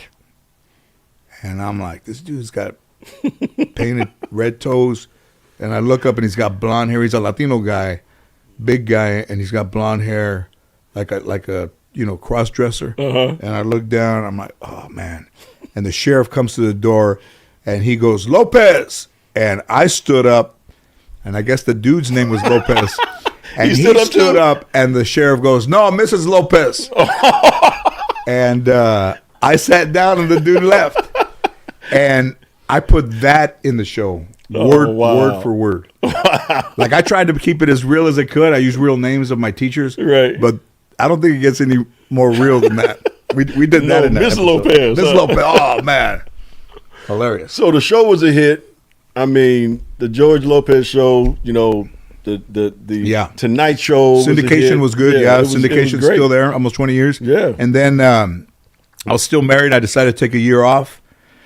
And then it was just tough to be home. You know, I hadn't been home, you know, in 10 years, you know. So I got offered a chance to, you know, do a talk show. So I did that for a couple of years. And in that, I got divorced. But, you know, I made friends with my wife. I saw her yesterday, and ex-wife, and she goes, I just want us to be friends. I go, that's new. And but she's cool, man. And I didn't talk to her for a long time, but it was my fault that everything happened the way it happened. Right. But somehow, you know, instead of being mad at myself, I became kind of mad at her. But you know, that's all gone. Yeah, that's something that's something that George and I have in common. So we did talk a little bit on that golf course about us going through divorces and things of that nature, and how we've kind of moved on. But I also want to ask you about the producing part that you gotten into. Yeah, you know, you've done the stand up, and I also want to know, are you going to go back and do one more stand-up gig or anything like that? I don't know, man. I think that would be so cool. You know, with dementia running in the family, it's harder to remember that stuff. You know, I did the Netflix special was the first one I had done not live, and I didn't like the way I like to do them live. But they're risky to do them live. But I thought, you know, how can you make comedy harder? Is to not use water, not have a towel, and to do it live. But the older I get, you know, 60. The older I get, I think it gets harder to remember the hour, and sometimes in a default, if you forget your place, you'll go back to stuff that you already had done. And live, you want to keep it, you know, legit. So, but I feel you there. Yeah, but producing was new to me, and then, you know, I just felt like, you know, some guys want big parts. I just felt like, and I told my agents, like, hey man, don't look at parts like big parts. Just look at parts as like good parts. Right. And then I started to do animation. And I remember the Beverly Hills Chihuahua, the first one, the first time I did any voice work, you know, my agent said, all the good parts are taken, but if you want this part, it's 4 lines, $10,000. I said, 4 lines? So I said, I'm not sure. So she calls, she goes, I want to know if you're doing it. You're doing it. If not, they're going to move on. And I said, you know what? I'll do it. And I remember getting there 5 minutes late, and I meet this director, Raja Gosnell, and I look over, and Drew Barrymore's in there. And I'm like, what the fuck is Drew Barrymore doing in here? And I said, oh, she's the girl dog. So I'm like, are you ready to start? I'm like, yeah. And the first thing I did is I sang to Drew Barrymore in the movie The Dog's in Love with the Chloe, which is Drew Barrymore. And I had to sing to her. And the guy's like, there's not a song, so just, you know, make it up. and just make it up on the fly. I made it like my heart, you're my heart, my soul.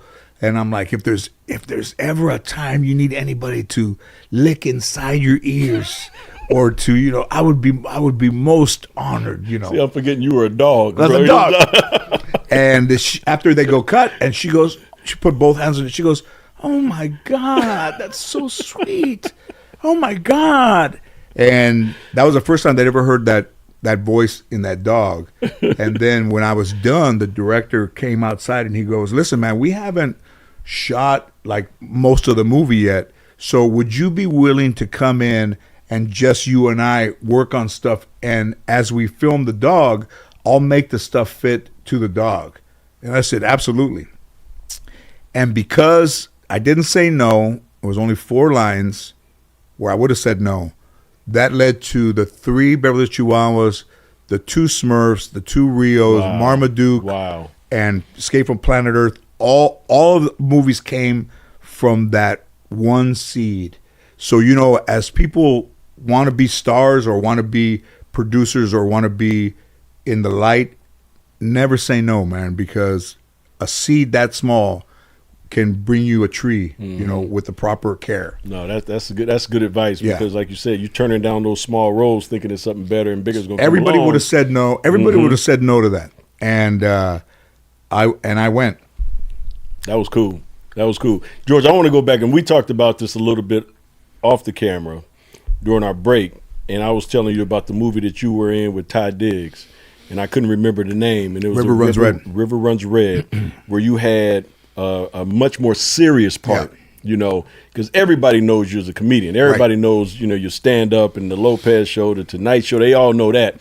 But I don't know how many people, and I'm sure it was a lot, but I know for me, when I first saw that and saw you in that role, I was like, damn, because you were really good. Yeah, thank you. And how was that for you? Because, again, you're going from being a comedian to a very serious role. How was that for you? I did Balls of Fury like in 2007 with the Reno 911 guys, and I was pretty much like the straight guy, but just very calm, and I thought, in some dudes like Jim, those guys that are bigger actors, like they're big. I wasn't a broad actor, I was good at being just, more deadpan. So when Wes Miller, that director, African-American director, said, "I got something for you," and I said, I'd already done a couple parts that were dramatic, and Tay was in that thing, and I was like, I'll do it. Yeah, that's cool. And, I had lost a friend to a police officer shooting. So if you look as an actor, like, I remember Ben Kingsley told me on my talk show that every experience that he's had, and he was neglected as a child, like he went into a bottle, put all my bad experiences in the bottle. And whenever I need them, I open the bottle and I take one out, and then I put the cap back on and I save it for the next time. So he used all the experiences as in his life to make him the actor that he is, like the dramatic part. He would remember things, and I did that. Cried on cue. About losing a child, and Tay had lost a child, and I had immediate chemistry with him. And my show had already been out forever. I mean, so we're in Louisville, Kentucky, and we're shooting this scene in the car, and I'm driving, and the movie trailer's in front of us, and they're filming us. And he says, "So I want you guys to drive around, and you're looking for the police, like we're looking for the guys. We're going like a Western. We're going after these 2 police officers." So we're driving, and we're going under the bridge, and we're going around the town. And he goes, "Keep going, guys. You're all right. Look around." And we go under this underpass, and there's a homeless guy walking with a push cart and all his stuff, and he's got a hoodie over his head that's hanging like hair, and he's just pushing his cart. And as we drive under the underpass, he looks over, and as we pass him, he goes, "George Lopez!" And when we stop, everybody gets out, and they come over to the car, and they go, "Did that guy yell George Lopez?" And I go, "He did." "The homeless guy yelled your name? How did he know? How did he know it was you?" I don't know. Maybe I got a TV in the car. I don't know.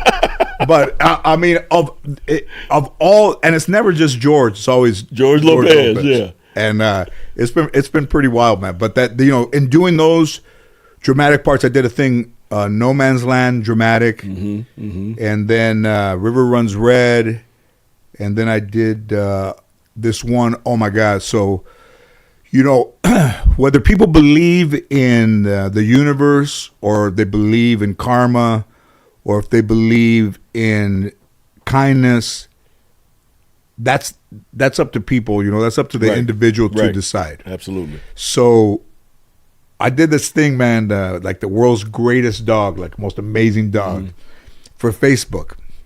And I was leaving, and everybody was like, why are you doing this thing, man? I was like, you know, I don't know. It was Lisa Vanderpump. I wanted to hang out with Lisa Vanderpump. She's great. So when I'm leaving, this girl is there, and she's dressed kind of like a guy, and she's got a hat on, and she's got her brother with her. And I get in the SUV, and the window rolls up, and I look, and they're both standing there, but kind of like really kind of meek, you know. And I roll the window down, and I'm like, hey, what's going on? And they're like, George Lopez? And I said, yeah. He goes, oh. So I go, hang on. I get out of the car, and I talk to her, what are you guys doing? And she goes, oh, you know, I'm like a little filmmaker. I'm trying to make this film about my life, about coming out to my dad on my prom night. And, you know, I wrote it already. And it's funny, man, because my brother and I were just talking about you, like you would be the best person to play my dad. And then here you are. And I said, well, listen, I'll give you my number, I'll give you my email.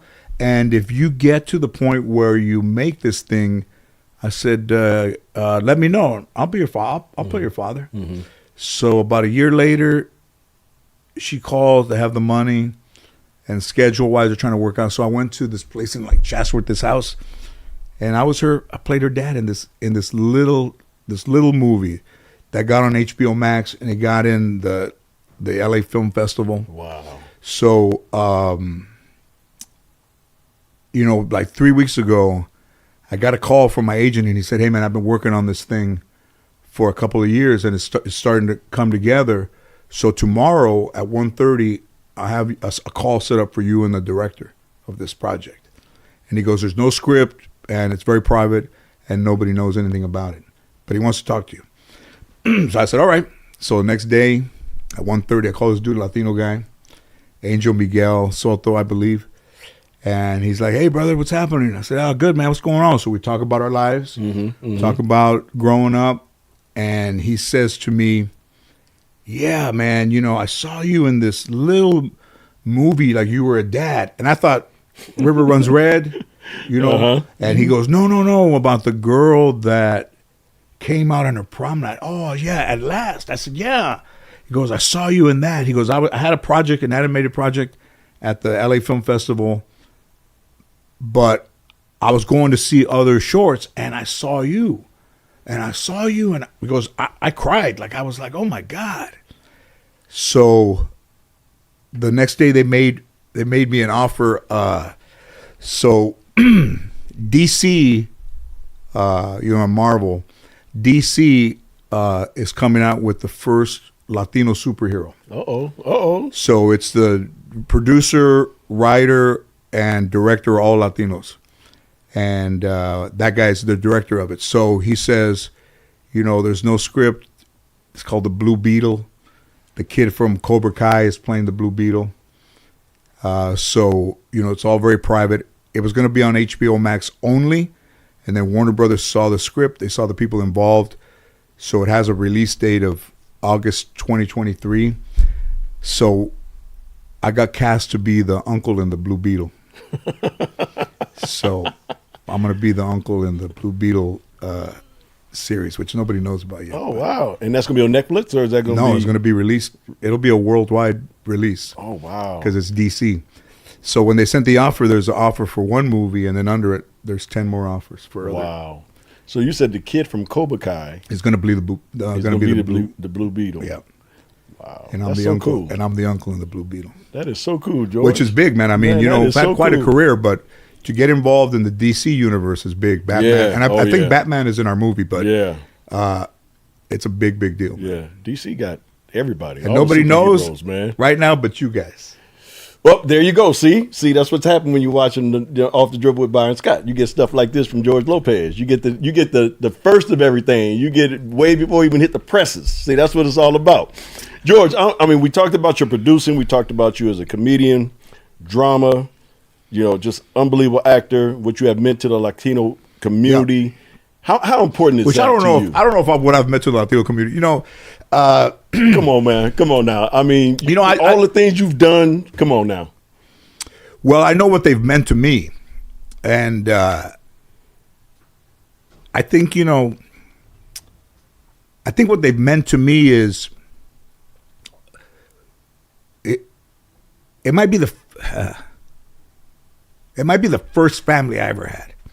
Of all those people that come up to you and say, hey man, we saw you in this, or my daughter loves you, or if you look at YouTube, every time they play Lowrider, like a little kid is jumping up and down the bed, like they know my face. Like this little kid was taking a walk and with his dad, and the kid's got to be 4 years old. And there's a van with my picture on it, and the little kid walks over and his dad says, where you going? And he goes over to the van and he points at my picture and he goes, George Lopez. And the dad is like, how does this 4-year-old kid know who you are? That's right, yeah. And I was always mad at everything, and I was always just negative about myself and about my upbringing. But through just that one time in that day where you're down, I mean, you can only go down worse. But I decided to not worry about everybody else and worry about myself. And that was the day that I think everything, if you go one day without wishing anybody ill, then makes the next day easier. So when I turned that page and went to being not the most positive person, but not wishing anybody any harm or any bad things to happen to them. And, I had grown up around Buddhist temples, my whole life. And then I met the Dalai Lama like in 2012 or 10. And then I spoke at his 80th birthday party. So those guys and that thing really helped me just, since I cussed in church, I don't think I was welcome back.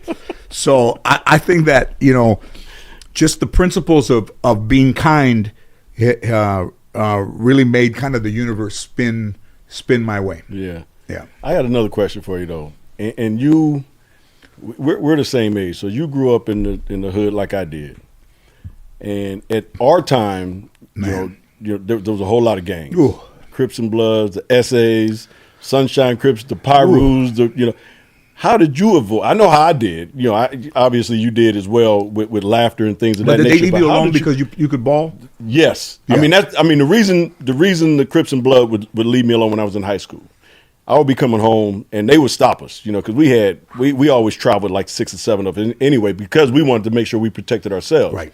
But when they would jump out the car and surround you, man, it's 6 of us, 12, 13 of them. And then they would be one person be like, oh, that's that kid from Morningside High. Man. That plays ball. No, they good. They good. And they would leave us alone. Yeah. So in your situation, I know you had to avoid the gangs as well. How did you do that? Man, my grandfather never really, I don't think he hit me. I think it's more mental. He made me more afraid of him than of being in gangs. But the guys that I grew up with started in high school. They started to go a little sideways, man. They would leave school and go do home invasions, like they'd break into houses. And they would come back to school and they would have, chains or money or necklaces and all stuff. The shit they stole, basically. All the shit they stole. And they would be like, you want some of this shit? I'm like, no, I'm good, man. I'm good.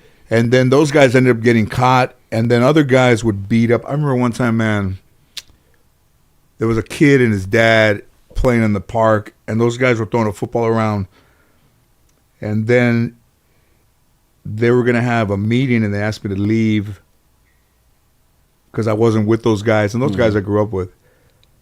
And they ended up beating up that guy in front of his kid.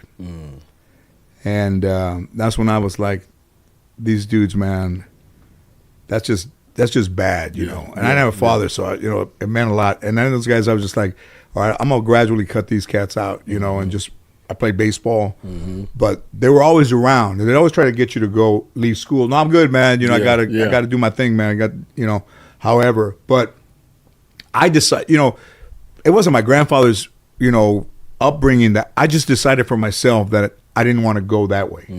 You know, I could have. Yeah, of course. But I wasn't that type of guy, and I already was into comedy and all that stuff. So I decided to let them have that, and you know, and go on and do my thing. But the thing, when I got back home and my grandfather was there, he would belittle me for like leaving and coming back early. What happened? Those guys kicked you out. They didn't want you around. Huh? Is that what happened? But when I was 14, we had this dance, and a lot of the girls from school were going, and then I was dressed in the best clothes that I had. Right. And then this guy said to me in front of everybody, "I thought we were supposed to dress up." And man, it broke my heart, man.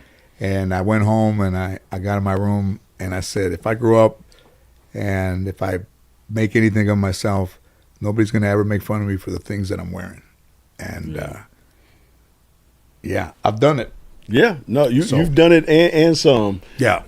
So George, what are some of the things that you're working on or doing right now that we got to be looking out for? Yeah, you know, right now we're getting ready to shoot a pilot with my real daughter Mayan. Oh wow, that's cool. For NBC, and Bruce Alford, my original creator. They're excited about this thing called Lopez versus Lopez, like court papers. Oh yeah.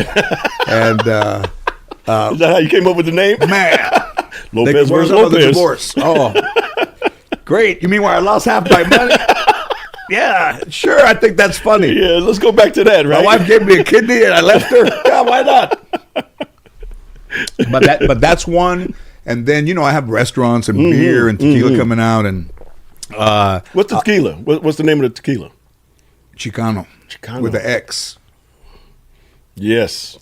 Hand bottled. I'll be looking for that. Hand bottled in Mexico, and the bottle is unique. It's so unique, it doesn't fit on the machines in Mexico. And you know, Mexico, everything fits on a machine in Mexico. They're like, they have to hand pour on the ladies because it doesn't fit. That's beautiful, nice. You know, I've been working on it for probably about 4 years. And then I have a children's book. Oh, wow. Called Chupacabra Carter. And it's about a kid growing up and looking in the moon and trying to decide where his future is going to be. And then he befriends a kid that looks like the Chupacabra, and they grow up, and he's looking for his family, and that's getting ready to come out too. And that's a good book. We're well written. I think the kids will like it. I think it'll be a hit. Good. I got 2 granddaughters. Or I got 4 granddaughters. They'll love it, man. Very drawn very well. Yeah. Get it and read it to them. And the restaurants are doing extremely well. I know that. Good. Yep. Opening. You had the one in Manhattan Beach, or got the one in Hermosa, yep. And then I think they're going to open one in the Stratosphere in Vegas, and then there's one going up in some casinos around the country. So, you know, everything's good, man. Listen, guys, I want to thank my boy George Lopez for coming by today. Look out for the movie later on, because again, like he just said, you know, we the only one know about that right now. This is something that hasn't been talked about yet, but when it comes out, check it out. George Lopez, my boy, my golf buddy, my drinking buddy, my man. Woo, my man. I want to thank you again, G. I love you, brother. Love you too, guys. This is another episode of Off the Dribble with your boy Byron Scott. Wait for the next one. Check us out. And you can always go on and subscribe. We're on YouTube, and anything you can find that does podcasts, we are on it. So check us out. And we are out with my boy Joe Lopez. Until the next time, guys. Peace.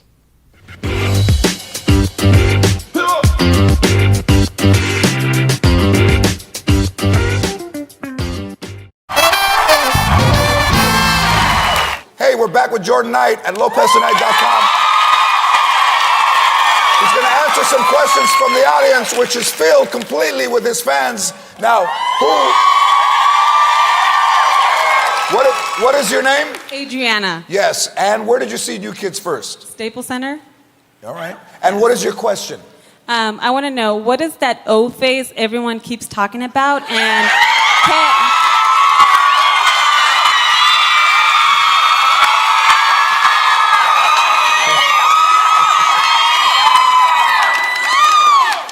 There's a song on my album called O Face. For orgasm face. Yeah. Wait a minute. I'm not that old. You have to explain it to me, man. What the hell? Now we're gonna have beef? Yes. What is the So they inspired the song, actually. I was in the studio on Twitter, and what they do is when we're doing shows, they take pictures of us, and they always get pictures of us like.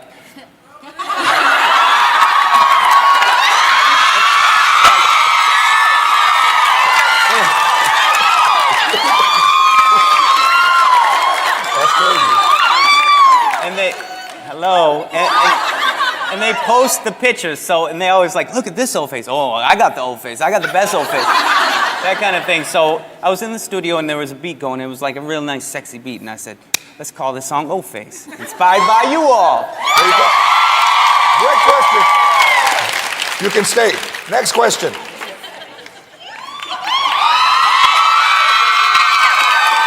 Name?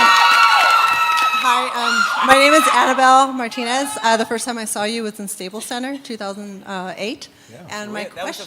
First time. The first time. My family was too poor to buy me tickets when I was young, so I had to wait till I could actually afford it. That's all right, but you're with them now. But I'm with them now. Okay, good.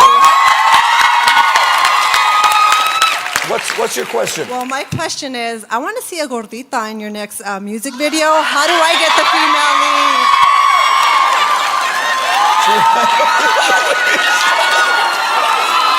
Your face is precious.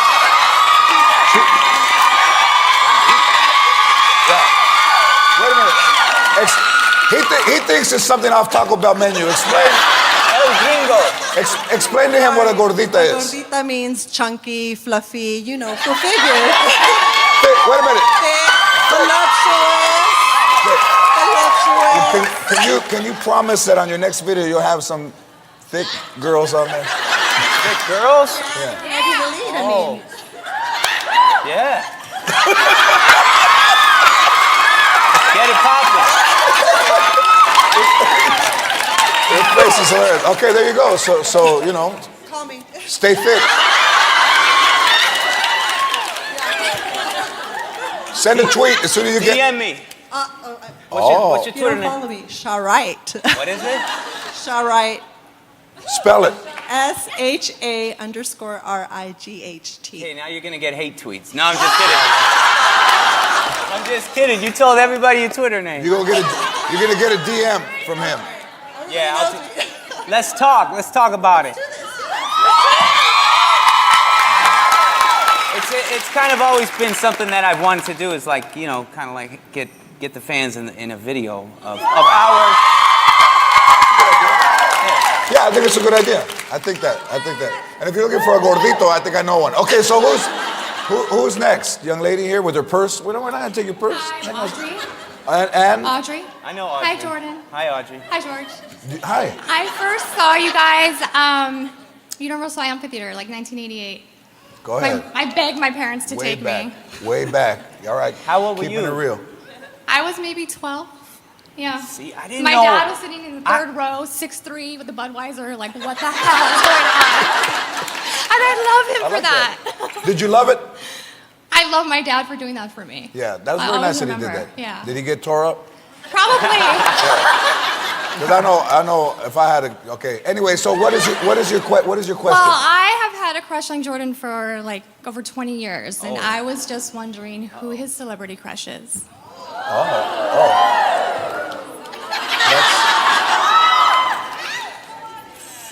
Have you dated celebrities? No.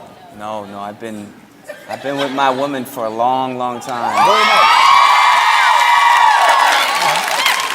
Is it so long that you're not allowed to have a celebrity crush? Because sometimes if you're around long enough, What do they call them? I don't know what they call them. Celebrity crushes. I guess that's what they call them. Who is somebody that you're fond of?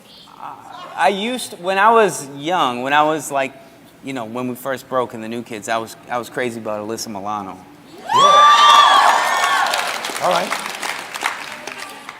Good answer. Me, Hillary Clinton. No. All right. Thank you very much. Good question. We might have to lower the microphone for the next two.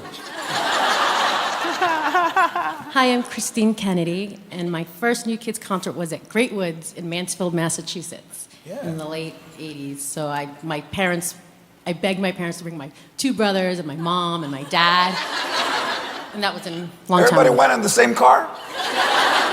Yeah, we're All right. Filipino. We all roll together. Filipino. What is your greatest memory of that show? My greatest memory was just that. How about when they first came out and you saw them for the first time? What was that like? Because I'm a Boston girl, I was like, those are my homeboys. Right on. Yeah, Boston, Yeah, go ahead. so All right. just seeing them up on stage, and they grew up where I grew up, so it was amazing. Beautiful. What is your question? My burning question is, and I think he knows, maybe not. How am I supposed to know? Do you manscape?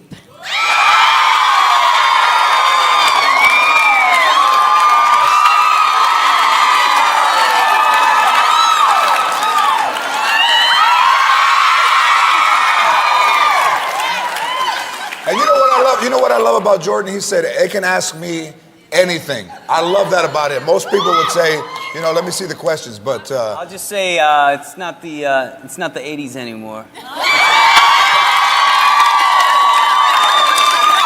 know those old movies? It's a little bushy in those things.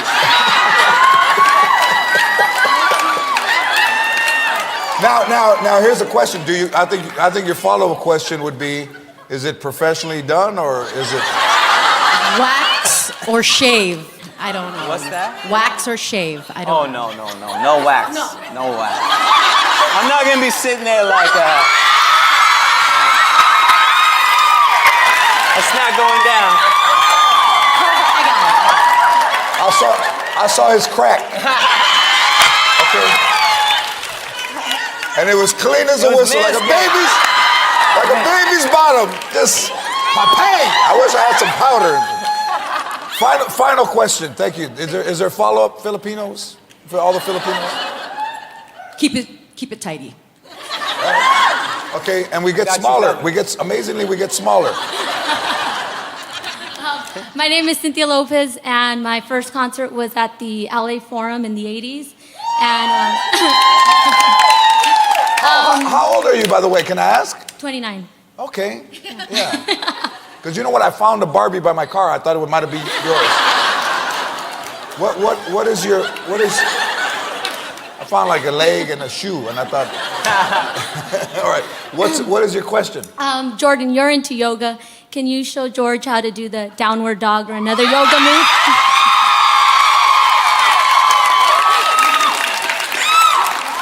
Downward dog. Or any other yoga move. Will you do a downward dog for all these sick women, please?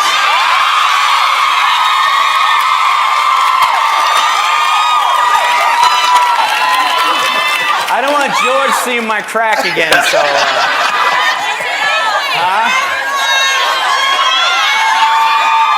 They're all hanging out. How about I do this?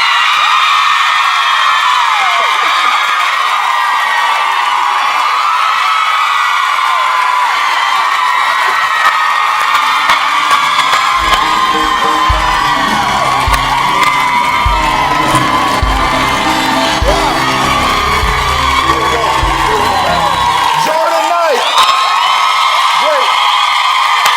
Great. Few families have captivated the nation's attention like the Kardashians, Kim, Khloe, and Kourtney. But beneath their glamorous exterior and posterior lied a secret they kept from the world. Until now, their older sister, Cougar Kardashian. I'm the shy one and hot. This is her story. My milkshakes bring all the boys to the yard. No, seriously, I make milkshakes to lure boys to my yard. Cougar had legs like a Vermont maple. I just wanted to tap that. For decades, Cougar Kardashian has laid waste to young Hollywood. Her appetite for young actors was only surpassed by her appetite. I met Mario Lopez on the set of Saved by the Bell. I went up to him and I said, AC Slater, how would you like to ring my bell? There were so many things that drew me to Cougar. Her natural rugged features, her big blistered hands. The first time I saw Cougar, I was like, damn, she can hit me harder than Vitaly Klitschko. The first time I saw Ron play, I said, there's a guy who looks like he knows how to go strong to the hole. There was always the sense of danger with Cougar. You know, that any hug could be your last. It was so hot. Joey Lawrence. I turned him from a boy into a man and then back into a boy again. She really swept me off my feet. Literally. She used to carry me. And she had such fashion sense, I immediately hired her as my stylist. But while she was picking out my pants, all I could think about was getting into hers. When we return, heartbreak, scandal, and Cougar, the businesswoman. I like my shoes like I like my man. Large, black, and with an NBA contract. Cougar Kardashian captivated the hearts of young actors for decades, but she soon became known for withholding her affections. Everybody knows a cougar likes to toy with its prey. Our relationship was sick. Cougar was like Harvard. No matter how hard I would try, I knew I wasn't getting in. There was just no way to close the deal with her. That and she can open up any jar. But it always ended the same way with Cougar. Heartbreak. Whenever I got Cougar to come by my place, I always tried to get her in bed, you know. But I could never get her big ass head out my refrigerator. I can't be tied down. Well, I can be, but you need a really strong rope, and it helps if I'm sedated. And then one day, she told me I was too old. I was 24. I feel like she used me for my Laker tickets. She done me for the new kids on the block. All of them. With Cougar gone from their lives, her ex-boyfriends missed her grace and strength.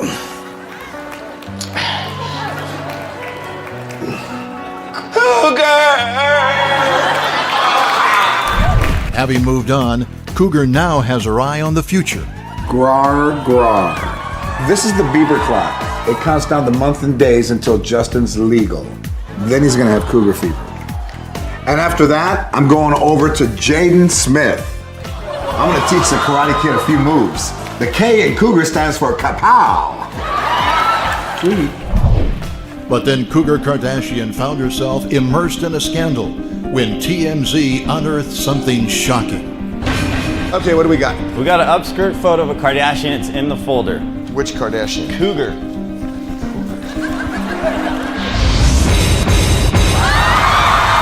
like she's got junk in the trunk. And in the front. It's a dude. I wonder what Mario Lopez has to say about that. I'm sorry, I can't do this. I just can't talk about this anymore. Cougar's ex-boyfriends react to the news. She's a dude.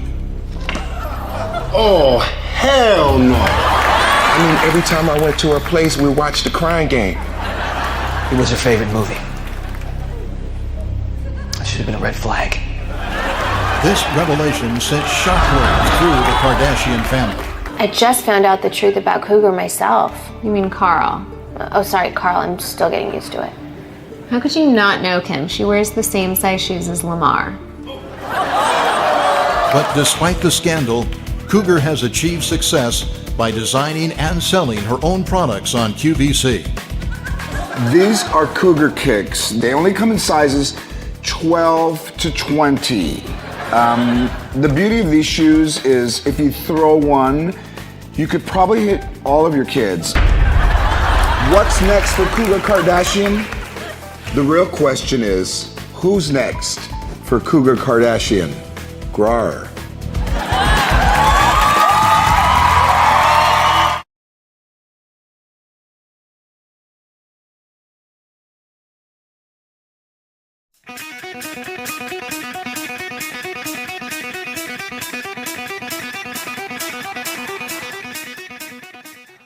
It's a totally, and we do things totally different. I mean, when we buy a house, we add on to the house, and we never hire an architect or a contractor.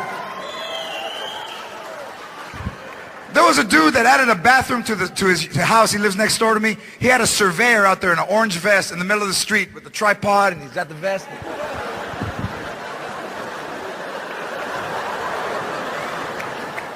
Jeremy, do you have 23.7 azimuth? Fantastic. My grandfather added a bathroom to the house I grew up in. He just went out there with his boxers out. ¿Dónde? Tell me where. Tell me where, because the man's on his way. Tell me where. Well, go put a bra on and come out and tell me. He would close one eye until he saw his nephew. Dale, dale, dale. Más. Right there, cabrón. Right there. Stand right there. Mark it.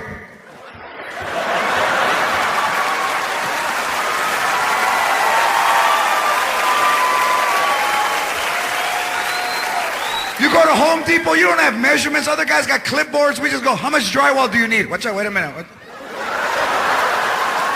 Stand right there. Watch out. 10, 9, about 4. ¿Sabes qué? About 9. Watch out. Wait. Did I have these shoes on? No, hombre. Which?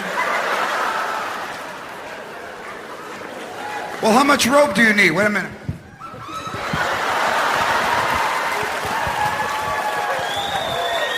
I need about 10 turns. About 10 turns.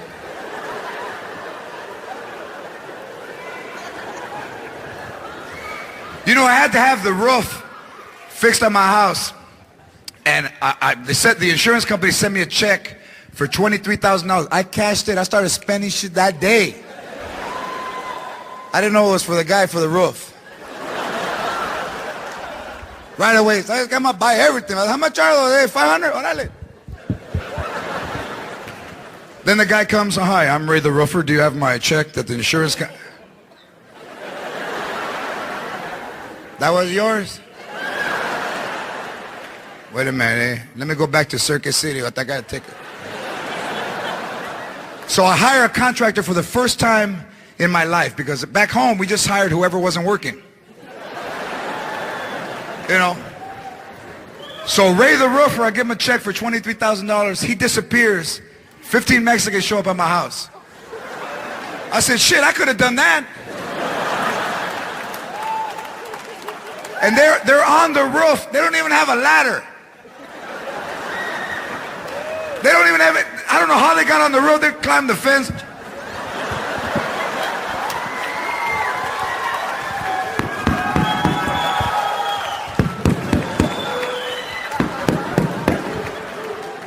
So they're all tied together with one rope.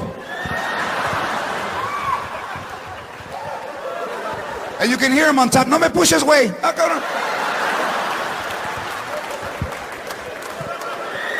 And one guy's swinging off and getting lemons and coming back.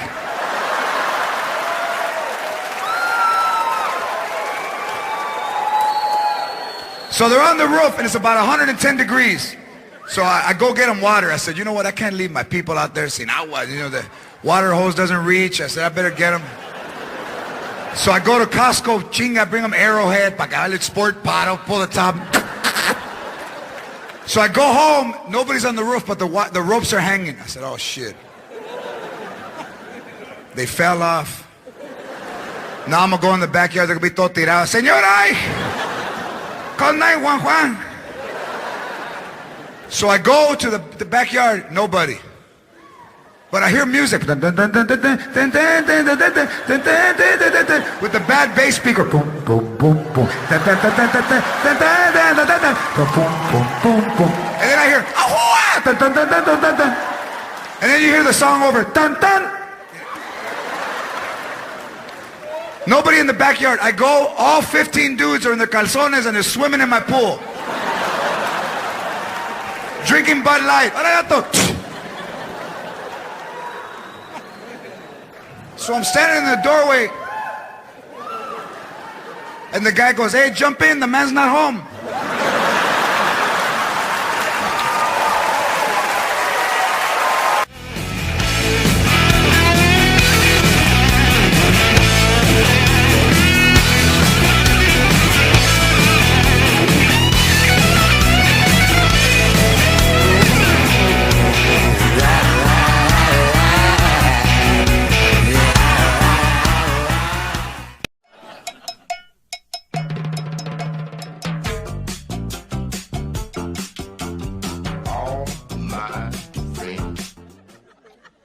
Still singing, sun still shining. This day shall have no night. My soul is a smiley-faced helium balloon. I think it's the best poem I've ever written. What do you think, Kenzie?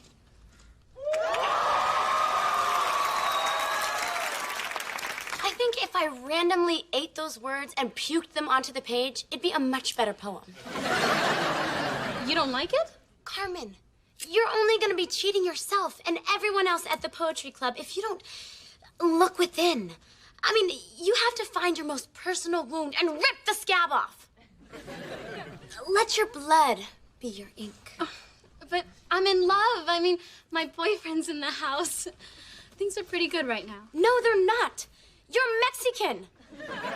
You're in pain. Your people have been raped and pillaged by the conquistadores. I am so jealous. What are you talking about? She was born in Burbank. She's got her own car and a closet full of clothes. You want to see a Mexican suffering, come back when I have to pay her cell phone bill. What are you doing? Watching the Dodger game. So why don't you guys go explore your dark souls in the kitchen? No, you said we're not allowed to watch TV. Well, this is different. This is for Jason's baseball career. Well, what if there was something about poetry on TV and I wanted to watch it? We watch something about poetry on TV every year. It's called How the Grinch Stole Christmas. What? It rhymes. Yeah, I like the dog with the antlers. I know, it's classic. Why don't you guys go write something like that? Come on, let's go finish this in the kitchen. You know what? I'm kind of hungry. Do I have time to go make us some sandwiches? No, I want you to see how Clemens pitches around this hitter. Hey, Carmen, while you're in there, could you make us a couple of sandwiches, please? What do you want on them? Orale. You cannot be serious. What? You're just gonna wait on them like that? You know they're only asking you because you're a girl. That is so sexist. You know, it's funny, Kenzie.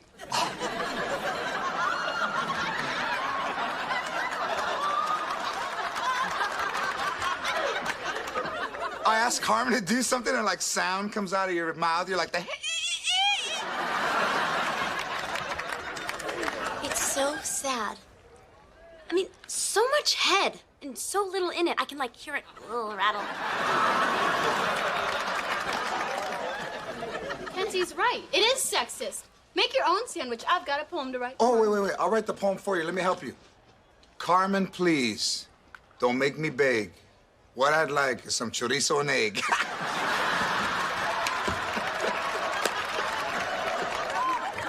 You know what, Mr. Lopez? Our poems don't rhyme. Because rhyme schemes are chains of bondage on free thought. Chains invented by men. Huh. You know, Kenzie, I'm betting you got a forest under there, don't you? Dad! What's going on? Oh, Carmen's making sandwiches. You want one?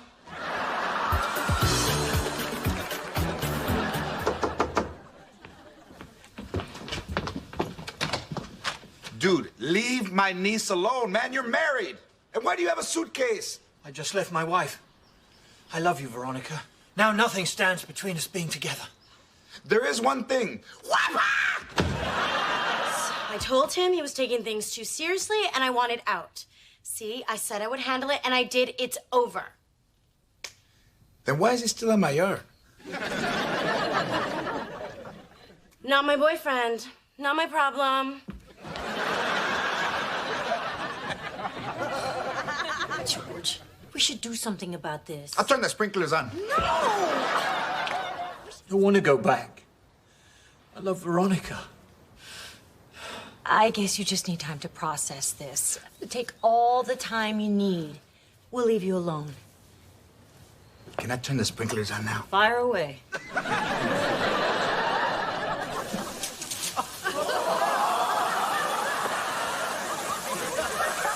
At least now no one's gonna know you were crying.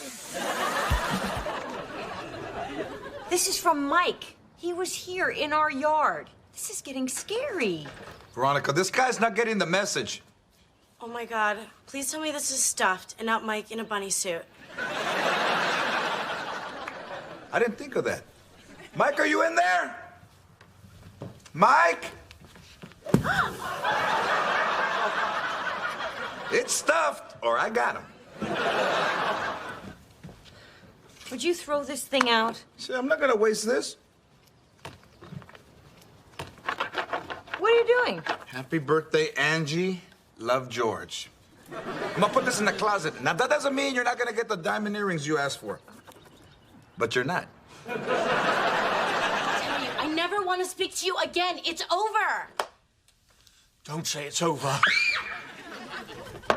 What the hell are you doing here? Hey, this is none of your business. Hey, my niece, my business. Take your hands off me. Look, there's not gonna be any fighting. Just relax, all right? Let's talk about this like two civilized... I just lost the element of surprise. Call 911. It just hurts that I couldn't protect her.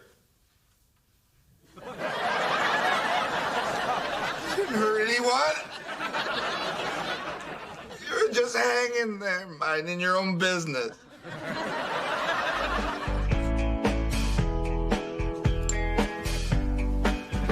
How was the show? Terrible.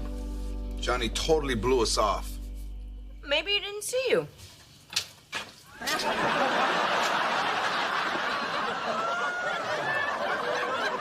Orale, act so gross. My guitar! Max! The strap fell off. I just wanted to play it a little. You know you're not supposed to touch my guitar. Now there's a scratch on it. George, calm down. It's not even an expensive guitar. Angie, are you crazy? This is a vintage Les Paul. It's a Los Palo. You got it at the swap meet. Yeah, well, it's still a collector's item. Only 100 were made before they raided the factory and freed the children. Stay away from my stuff. And remember, everything in this house is my stuff. Mom! Sasuke, don't talk to her. She's my stuff, too. You want to be dropped and scratched? I'm protecting you. You know what? I'll just go up to my room and stay in there till I'm 18.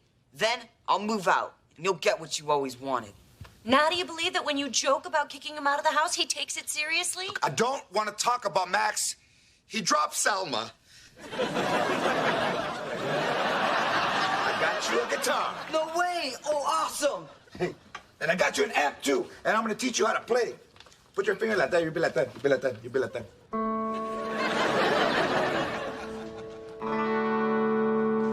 Sweet!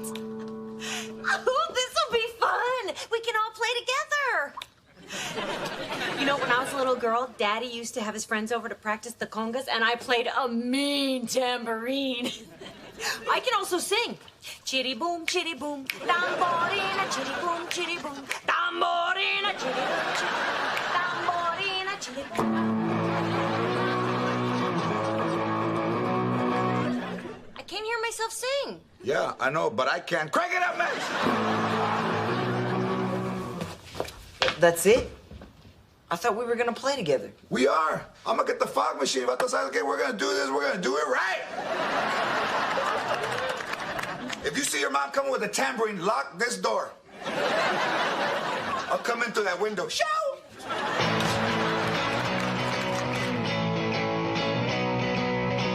Strut, strut, strut.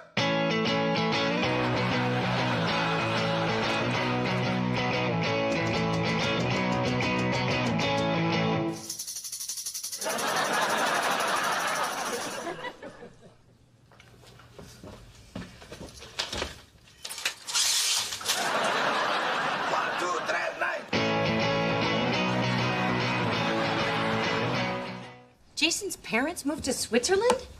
That's not possible. He and Carmen have been having dinner with them every Friday night for the last month.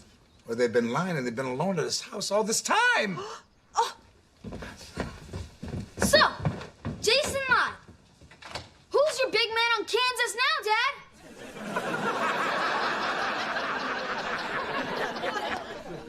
It's campus, Max. Who's your big man on campus? And he's the second best in science? Orale, get ready to get lapped by Mexico. I'm throwing another load in the washer. Give me that sweatshirt.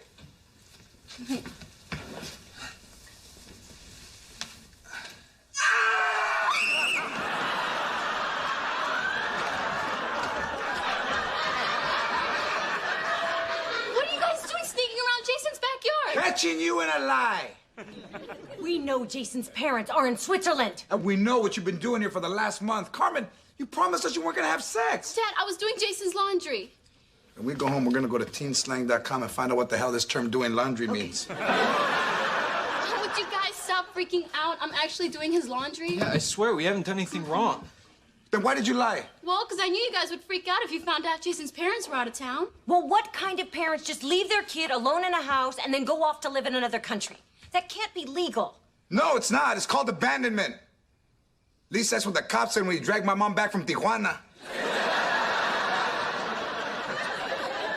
and made her untie me from the lemon tree, I would like that.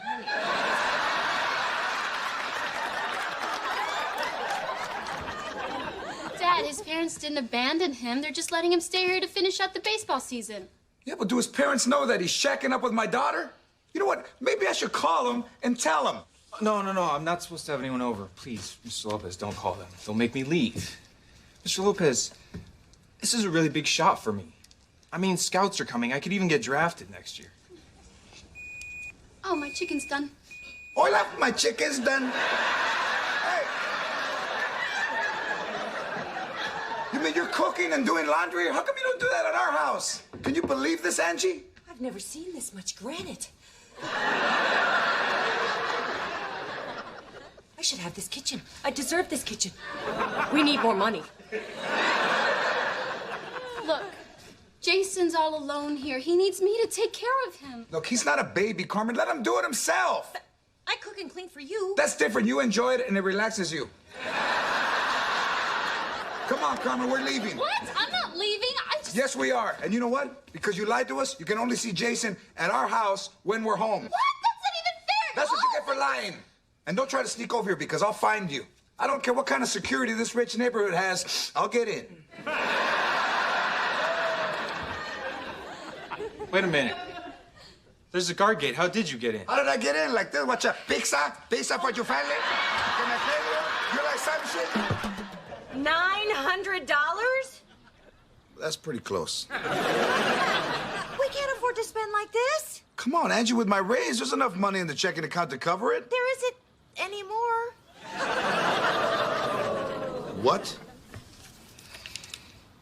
$300 for a spa treatment? Well, I went to get my hair done, but the spa was offering Reiki massages, and I thought I'd try one out. Who's Reiki, and where'd he touch you? It's not a person, George. It's an Asian energy massage, and they don't even touch you. They just put their hands over your body and affect your energy fields. $300, and you didn't even get touched. I think there's a bigger issue here. You have a spending problem. Oh, you're right. I got a spending problem, and I'm looking right at her. I have a lot more self-control than you do. Oh, really? All right. Let's see who can live on less. And when I win, I don't have to ask you for poker money. Okay, and when I win, I don't have to ask you for shoe money. So would you say this is a good marriage? Because if it is, I don't know why gay people want it so much.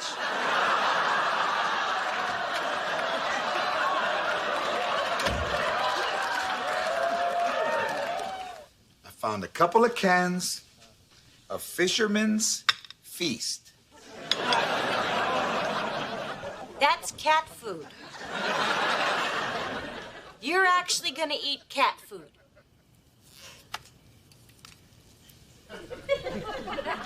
This is how hard I am.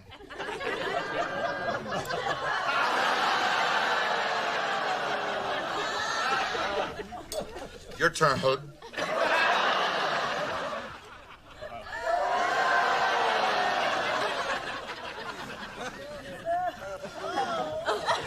Something popped. I think I bit an eye.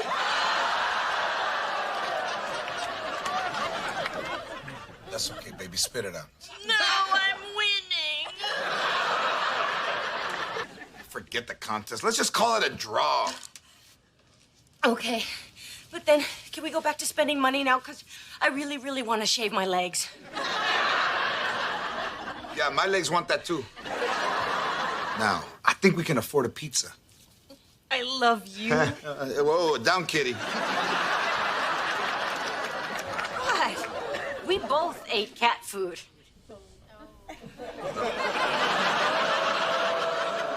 No, I actually printed out a label and put it on a can of tuna. That didn't taste like tuna. Yours wasn't.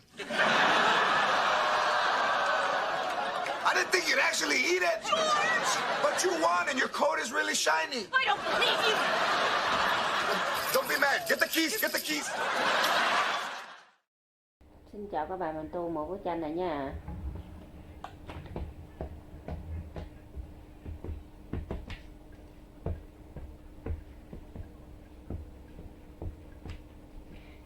Nhẹ nhàng ngoài đồng đôi khi con chim hót trong vườn. Ăn đi ra kêu người với nó gọt cho. Ba gọt rồi nuốt. Ba Dạ một xài cho nó ăn ấy à. con bầu ngày đẹp có Rồi hát nhỏ mày đó. có con bầu ngày mong chờ hỏi mùa lòng em gây hương ánh trên hai yêu thương ngày mùa ngày nơi nơi có đâu vui nào vui hơn nhịp nhàng những bước chân về ngân cánh quê cồi ai gắn lùi về sân vơi nắng cười cho màu hốc về hỏi mùa gột về hai mùa ngày thương ánh nơi trên hai yêu thương có ăn không? Có. Ngày mùa gòn ngày nơi có đâu vui nào vui hơn. Ăn bớt cho mà ăn nha. Cho con muối mẹ rồi. Muối vừa ủ má chú chế rồi đóng đi. Cái tô sẵn ở trên đó nào đừng lấy. Không, ăn chấm.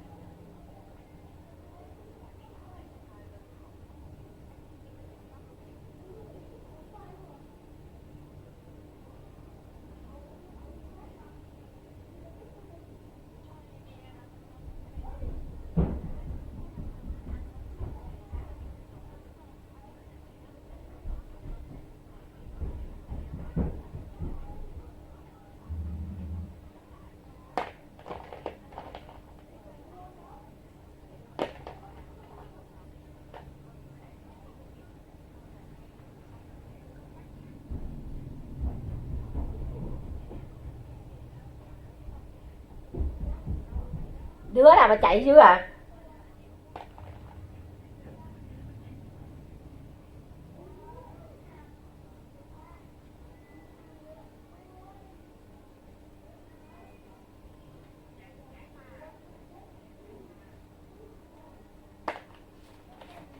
Thế mình đã hoàn thành một cái bức tranh nha các bạn. Bye bye.